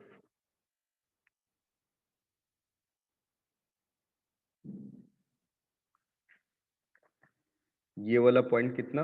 This point is -π/2, this point is -π and so on. अब कोई पूछता है what are the points of discontinuity, पता चल गया सेम ही है जैसे पिछले वाले के थे, सेम ही तो पॉइंट है। तो यहाँ पे पॉइंट्स ऑफ डिसकंटिन्यूटी क्या होंगे? Discontinuity they are, sir but यहाँ पे सिर्फ इवन वाले मल्टीपल्स पे डिसकंटिन्यूटी हो रही है। नहीं बेटा, सारे नंबर्स पे, जैसे जो तो पाई के इंटीजर मल्टीपल है उन सब में तो है ही डिसकंटिन्यूटी, लेकिन π/2 के उन मल्टीपल पे भी डिसकंटिन्यूटी है जो मल्टीपल फिर से 4 से डिवाइड करने पे 1 रिमाइंडर देते हैं। देखो जैसे π/2 आ गया, फिर 5π/2 आ गया एंड सो ऑन। इन पे थोड़ी है, 3π/2 पे तो नहीं है डिसकंटिन्यूटी। आई बात समझ में? नो सर नहीं आई। नहीं, डिसकंटिन्यूटी मतलब ग्राफ कहाँ पे ब्रेक हो रहा है? तुम्हें क्या दिख रहा है? एक यहाँ पे ब्रेक हुआ, खाली पाई पे और 2π पे जो इवन वाले हैं उन पे। ये अच्छा यहाँ पे ब्रेक नहीं हुआ। वापस वहीं पे join π/2 पे तो यार बेटा बबल मिल रहा है ना ग्राफ में, मतलब अचानक वहीं पे उड़ गया ग्राफ, और वो ग्राफ पहुंच गया कहाँ पे? π/2 मतलब एक्स एक्सिस पे पहुंच गया। हुआ ना बेटा? Yes sir. तो अब अपन लिखेंगे क्या क्या यहाँ पे कि they are points of discontinuity. पहले सर तो इसमें 0 to 1 वाला भी पॉइंट लेंगे कौन सा? सर, ये -π और ये 0 to 1 जो है। 0 to 1 तो बेटा अपनी रेंज है, वो तो मिलनी ही मिलनी है ना। 1 नहीं मिल रहा बस, रेंज तो हमेशा सर। फ्रैक्शन लिख दिया तो 0 to 1 ही रहेगा, ठीक है। अब देखो, they are 4n + 1 π/2 where n is belongs to integers। दूसरा क्या मिल रहा है? दूसरा मिल रहा है मुझे nπ where n is belongs to integers। ये दो चीज, ये भी सेम आ गया ना जैसे पिछले वाले में था। अब इसका कोई डोमेन पूछता है तो क्या बोलोगे? तुम्हें दिख रहा है सारे रियल नंबर के लिए वैलिड है, तो डोमेन R हो गया। ग्राफ तो सब जगह बन रहा है, और रेंज क्या मिला? -0 से लेके 1, 0 से 1 और 0 पे क्लोज और 1 पे open. Open। Same situation in last previous case. यहाँ पे डोमेन कितना? R, बट रेंज कितना? रेंज कितना? गौर से देख के बताओ -1 to ना। -1 सिर्फ, 0 सिर्फ और 1 सिर्फ, इनके बीच की वैल्यू नहीं। रेड कर्व को देखो बस, रेड कर्व में कौन कौन सी वैल्यू मिल रही है? या तो -1 मिल रही है, या 0 मिल रही है, या एक डॉट मिल रहा है ऊपर, वो कितना मिल रहा है? +1 मिल रहा है, राइट? +1। हाँ बेटा, तो ये एक फाइनाइट सेट है, इंटरवल नहीं है कोई, इसलिए मैंने सिर्फ 3 ही मेंबर्स लिए रेंज में, राइट? आई बात समझ में? अभी डोमेन रेंज निकालना भी तुम्हें इस ग्राफ के थ्रू समझ में आ रहा होगा कैसे निकाल रहे हैं। यस। और ना जो हम शुरुआत में पढ़ते रिलेशन फंक्शन में डोमेन रेंज, वो किसी को क्लियर होता ही नहीं है, क्योंकि वो होता है थियोरेटिकल, और लोग उसे उस तरीके से पढ़ाते नहीं कि सोचते हैं 11th क्लास में बच्चा आ रहा है तो इसको डिस्टर्ब नहीं करना चाहिए, अच्छा लगना चाहिए, फील गुड फैक्टर ना, तो वो उसे पढ़ाते ही नहीं है बेटा। तो अगर वो नहीं पढ़ाएंगे ना, तो मैं बता रहा हूं कभी जिंदगी में तुम मैथ सीख ही नहीं सकते हो, खासकर कैलकुलस, राइट? चलो बढ़ते हैं आगे, आगे बढ़े या सर बम्बार्डमेंट डोमेन ज्यादा हो गई? हमेशा ही रियल रहता है नहीं यार, या फिर जरूरी नहीं चेंज है बेटा, होता है कभी? चेंज भी हो सकता है। अब तूने अच्छा क्वेश्चन छेड़ दिया, डोमेन हमेशा रियल होता है, चेंज हो सकता है कि नहीं हो सकता। मैं तो क्लास छोड़ने वाला था बट कर लेते हैं इसे अब। देखो कि अगर सपोज मेरे पास ऐसा कोई फंक्शन मिलता है, तो अपन चलते हैं नए नोट पे। दो टाइप के ग्राफ देखते हैं, एक fx is equal to x to the power alpha, ठीक है, x to the power alpha, इसका ग्राफ निकालना चाहता हूं बेटा।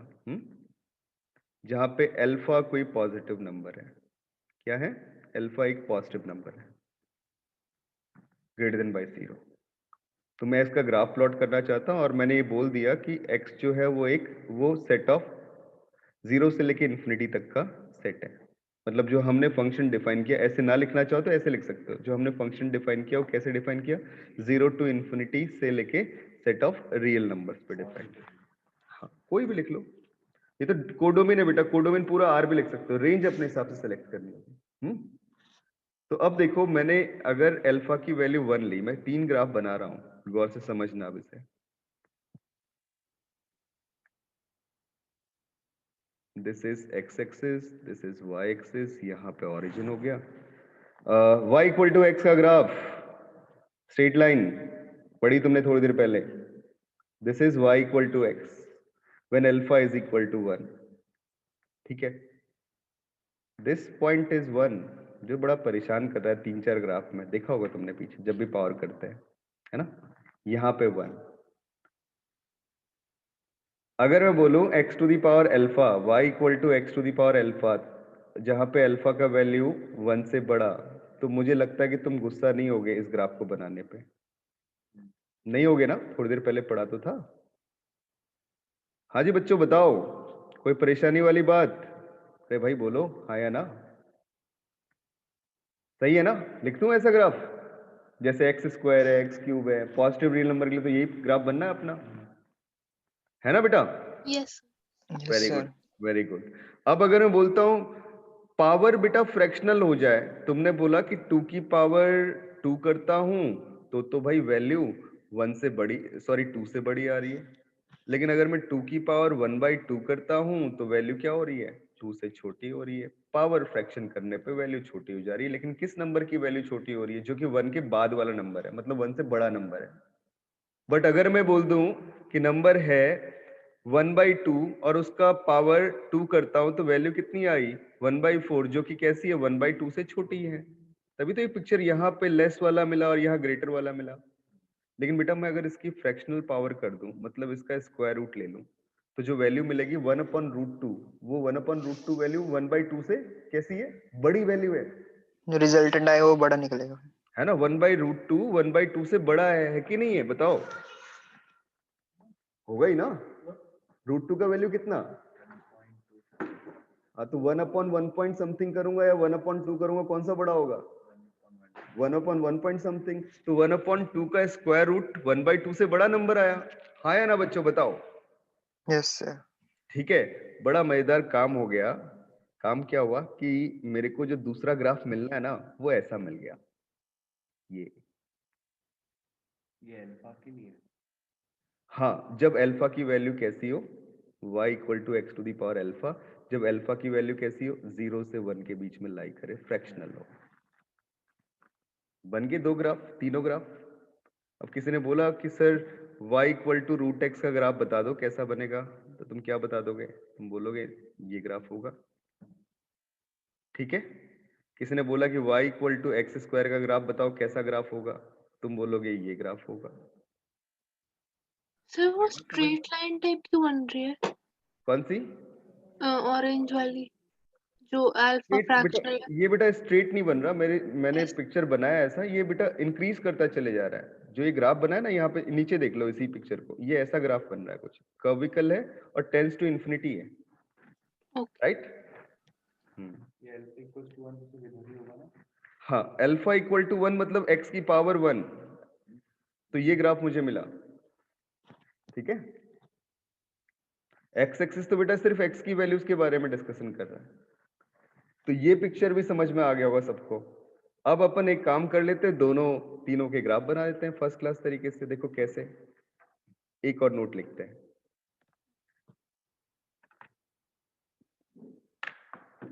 नोट किया सबने? नो सर, बस लास्ट नोट कर लो बेटा। 2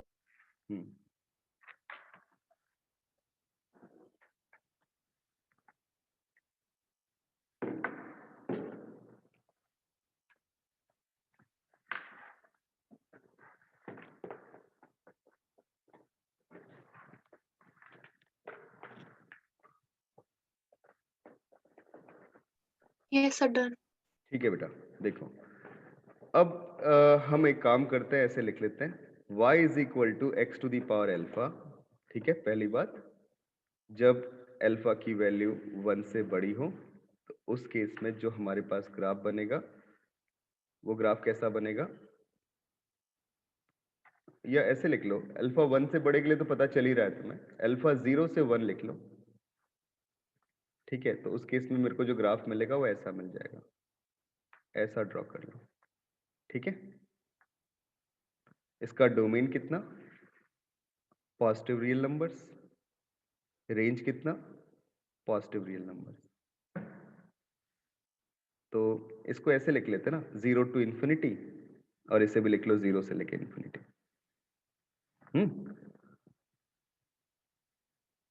और x की पावर जब पावर 1 से बड़ी होगी तो हम देख ही चुके हैं, वो तो हम पहले भी पढ़ चुके हैं, है ना।